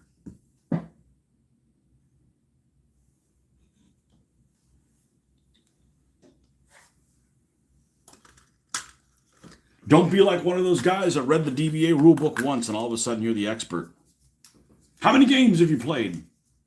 There's a guy. There's 2 guys on Fanaticus. There may be more than 2 guys on Fanaticus, but there's 2 guys definitely on Fanaticus that have not played. One in particular, I don't think has played any games, but they have a freaking mouth on them. They have keyboards. They're always, well, this is how it is, or this is what the rules mean. I'm like, how many times have you played it? I mean, I played it 2,500 times and freaking still got shit wrong.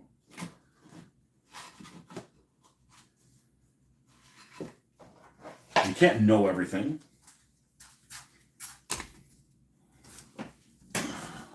We'll use this to put the strong tone on here.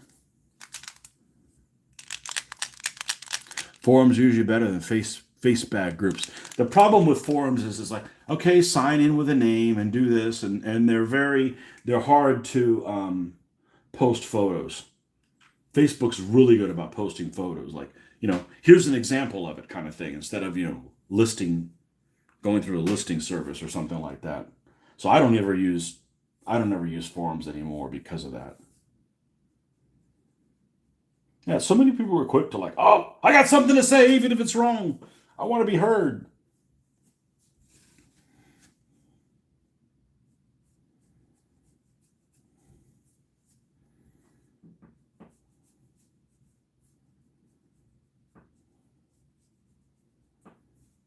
Forums are usually better, except except the Fanaticus forum. There's some folks on there that there's one guy in particular. I guess it's a dude. I don't think he's ever played a game on it. He's like, this isn't right. This doesn't work right. How many games have you played, dude? Maybe he's played games now, but 2 years ago, I don't think he'd played a single game. He's like one of these theorists.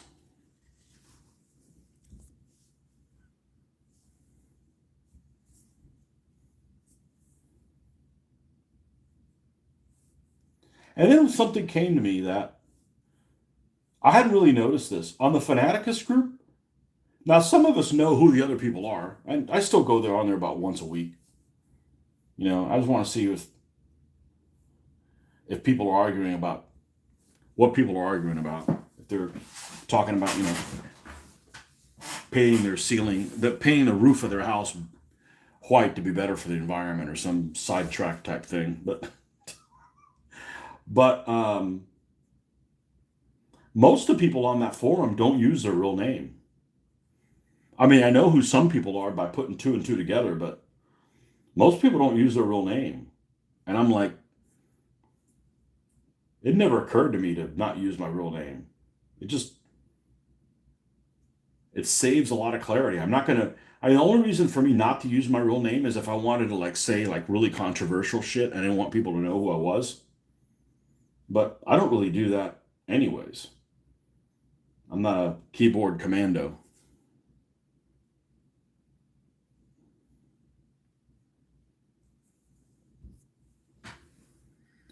Found a German bicycle PDF handbook. Ben's a magician. There you go. Ben Wadi. I am an illusionist.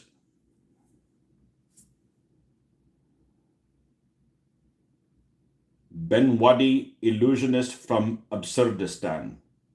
At your service. I swear you were from the Middle East, man. No, Wadi. I mean, there's.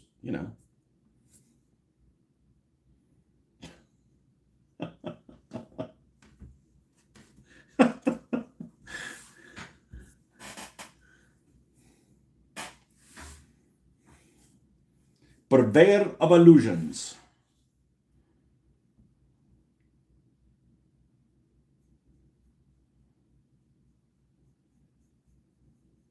There's a lot of bad stuff on the internet, and there's a lot of really useful stuff too.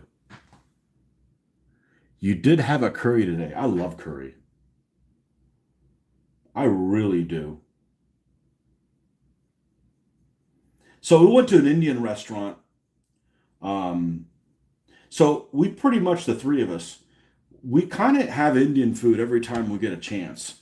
Meaning, like, if there's any on a cruise ship, usually the cruises we go on, almost all the cooking staff, certainly the head cook, is from India. And they always have what I call Hindu corner. So they've got one area, it doesn't matter whether it's breakfast, lunch, or dinner. Dinner? Yes, that too.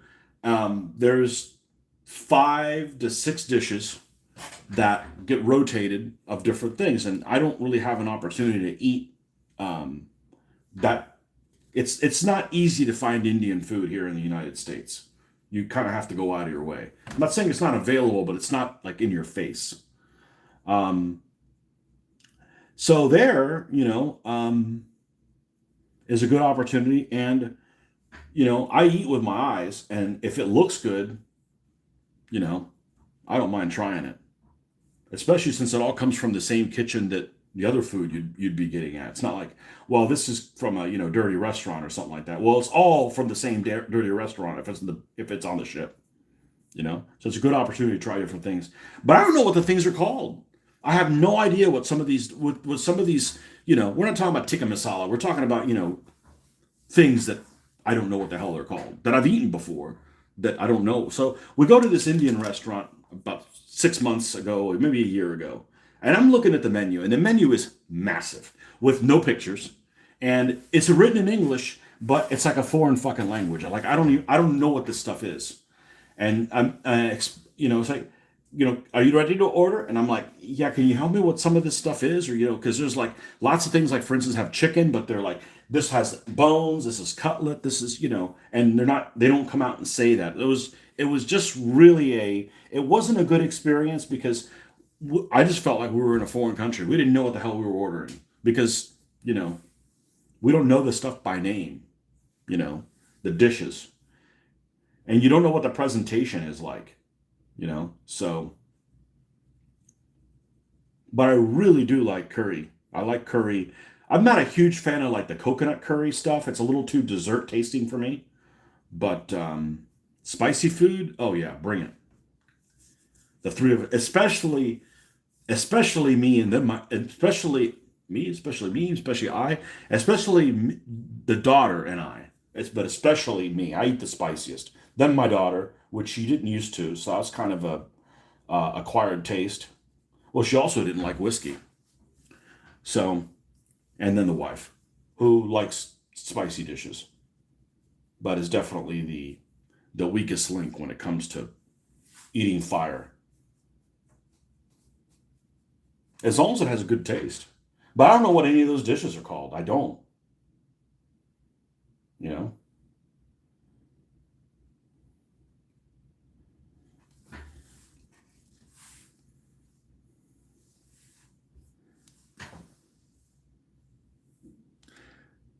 There's a very strange grape curry which sounds better than it is.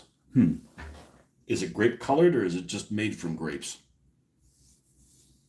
And I'm fine mixing fruit and, um, different things, mango chutney and stuff like that. I got no problem with that stuff.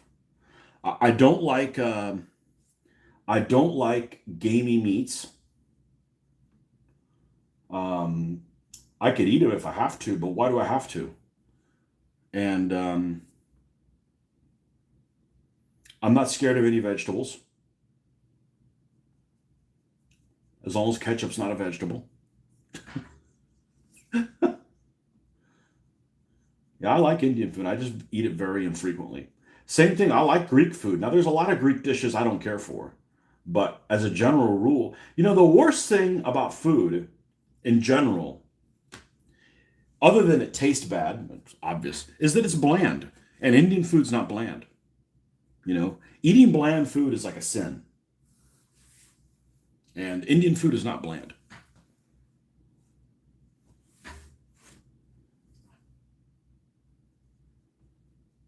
Is there a lot of Indian food in the UK?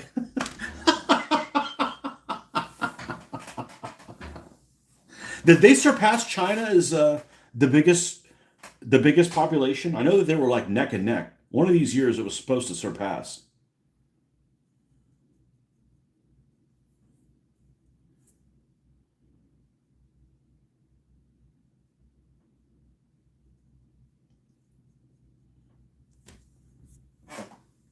That curry has grapes in it. Tasted a little like someone poured a grape soda into it. That's kind of weird. Speaking of spice, I got a bottle of chili tequila with passion fruit and mango, quite nice with a Coke Zero. A bottle of chili tequila with passion fruit. There was a lot of passion fruit in Mexico. Passion fruit is just an amazing taste. It is just it is a symphony of it is great. I am a fan of passion fruit, but it's not easy to come by here. It's super tropical, and I mean we're only as Florida isn't really tropical. We're more like a swamp ass, and the temperature is kind of like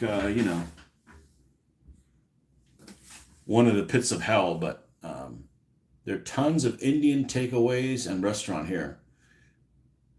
What's your takeaway from that? I did not order it.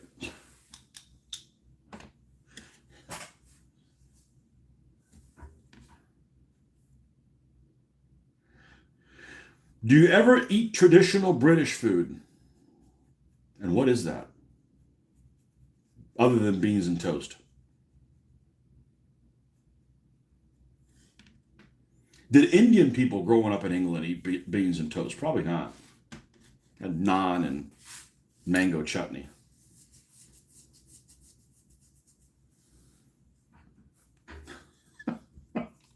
They do a lot of stuff with chickpeas too. Chickpeas are cool. That's a real useful.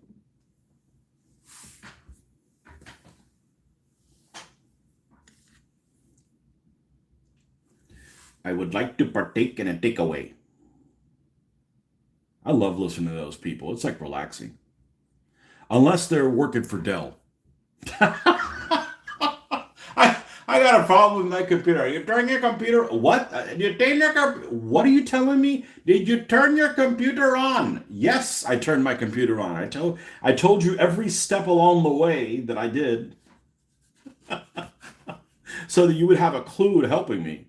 You know, it's like when you go to the doctor, you need to explain what your symptoms are well if you want a cure.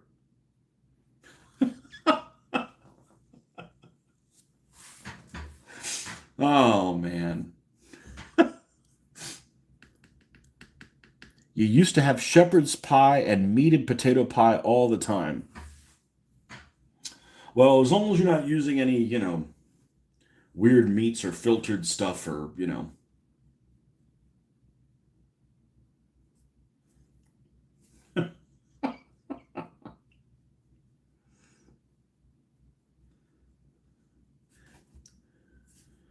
We'll just stick with the fish and chips, right?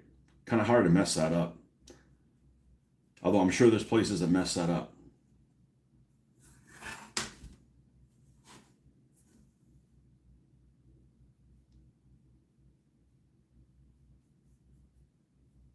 I like English bacon because it's soft. Not that overburnt bullshit that some people do.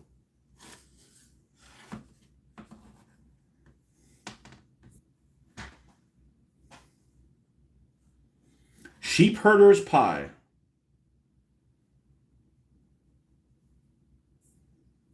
Yeah, I feel like shepherd's pie should have lamb meat in it. Oh, herded one too less. One didn't come back from the herding expedition.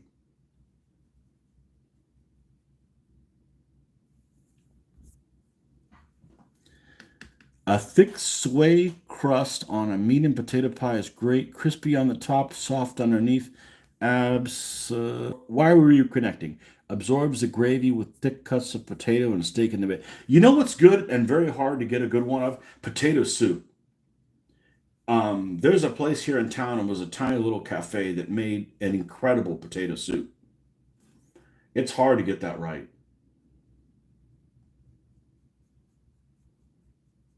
Of course, I don't think about eating soup very often, considering, I live in a place that's hotter than the devil's balls most of the time.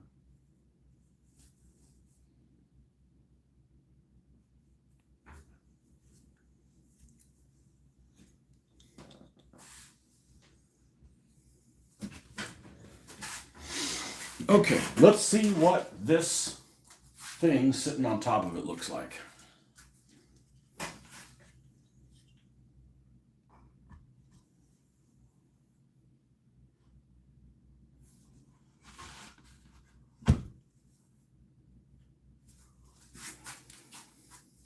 And on the other side of the street,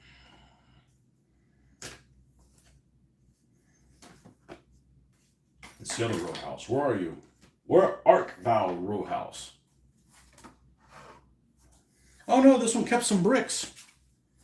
I'm short like a dozen bricks.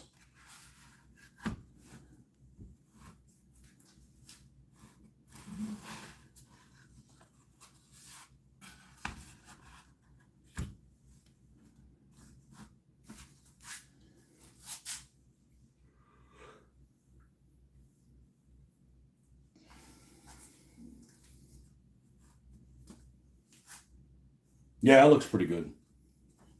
How long have we been on here? 2 hours?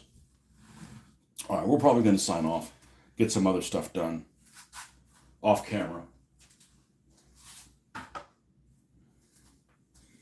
We'll be back tomorrow morning,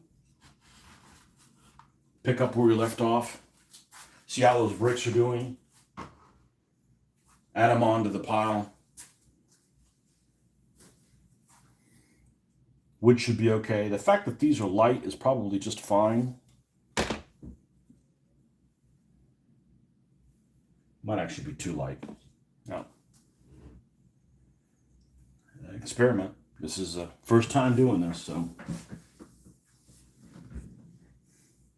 Shepherd's pie has lamb, cottage pie has beef, but cheese on the mash for added points. Some folks argue about the inclusion of peas and carrots. Aha. Okay, folks. Well, thanks for stopping by. Enjoy the rest of your Saturday, and we will see you mañana. Good night, folks. Bye-bye.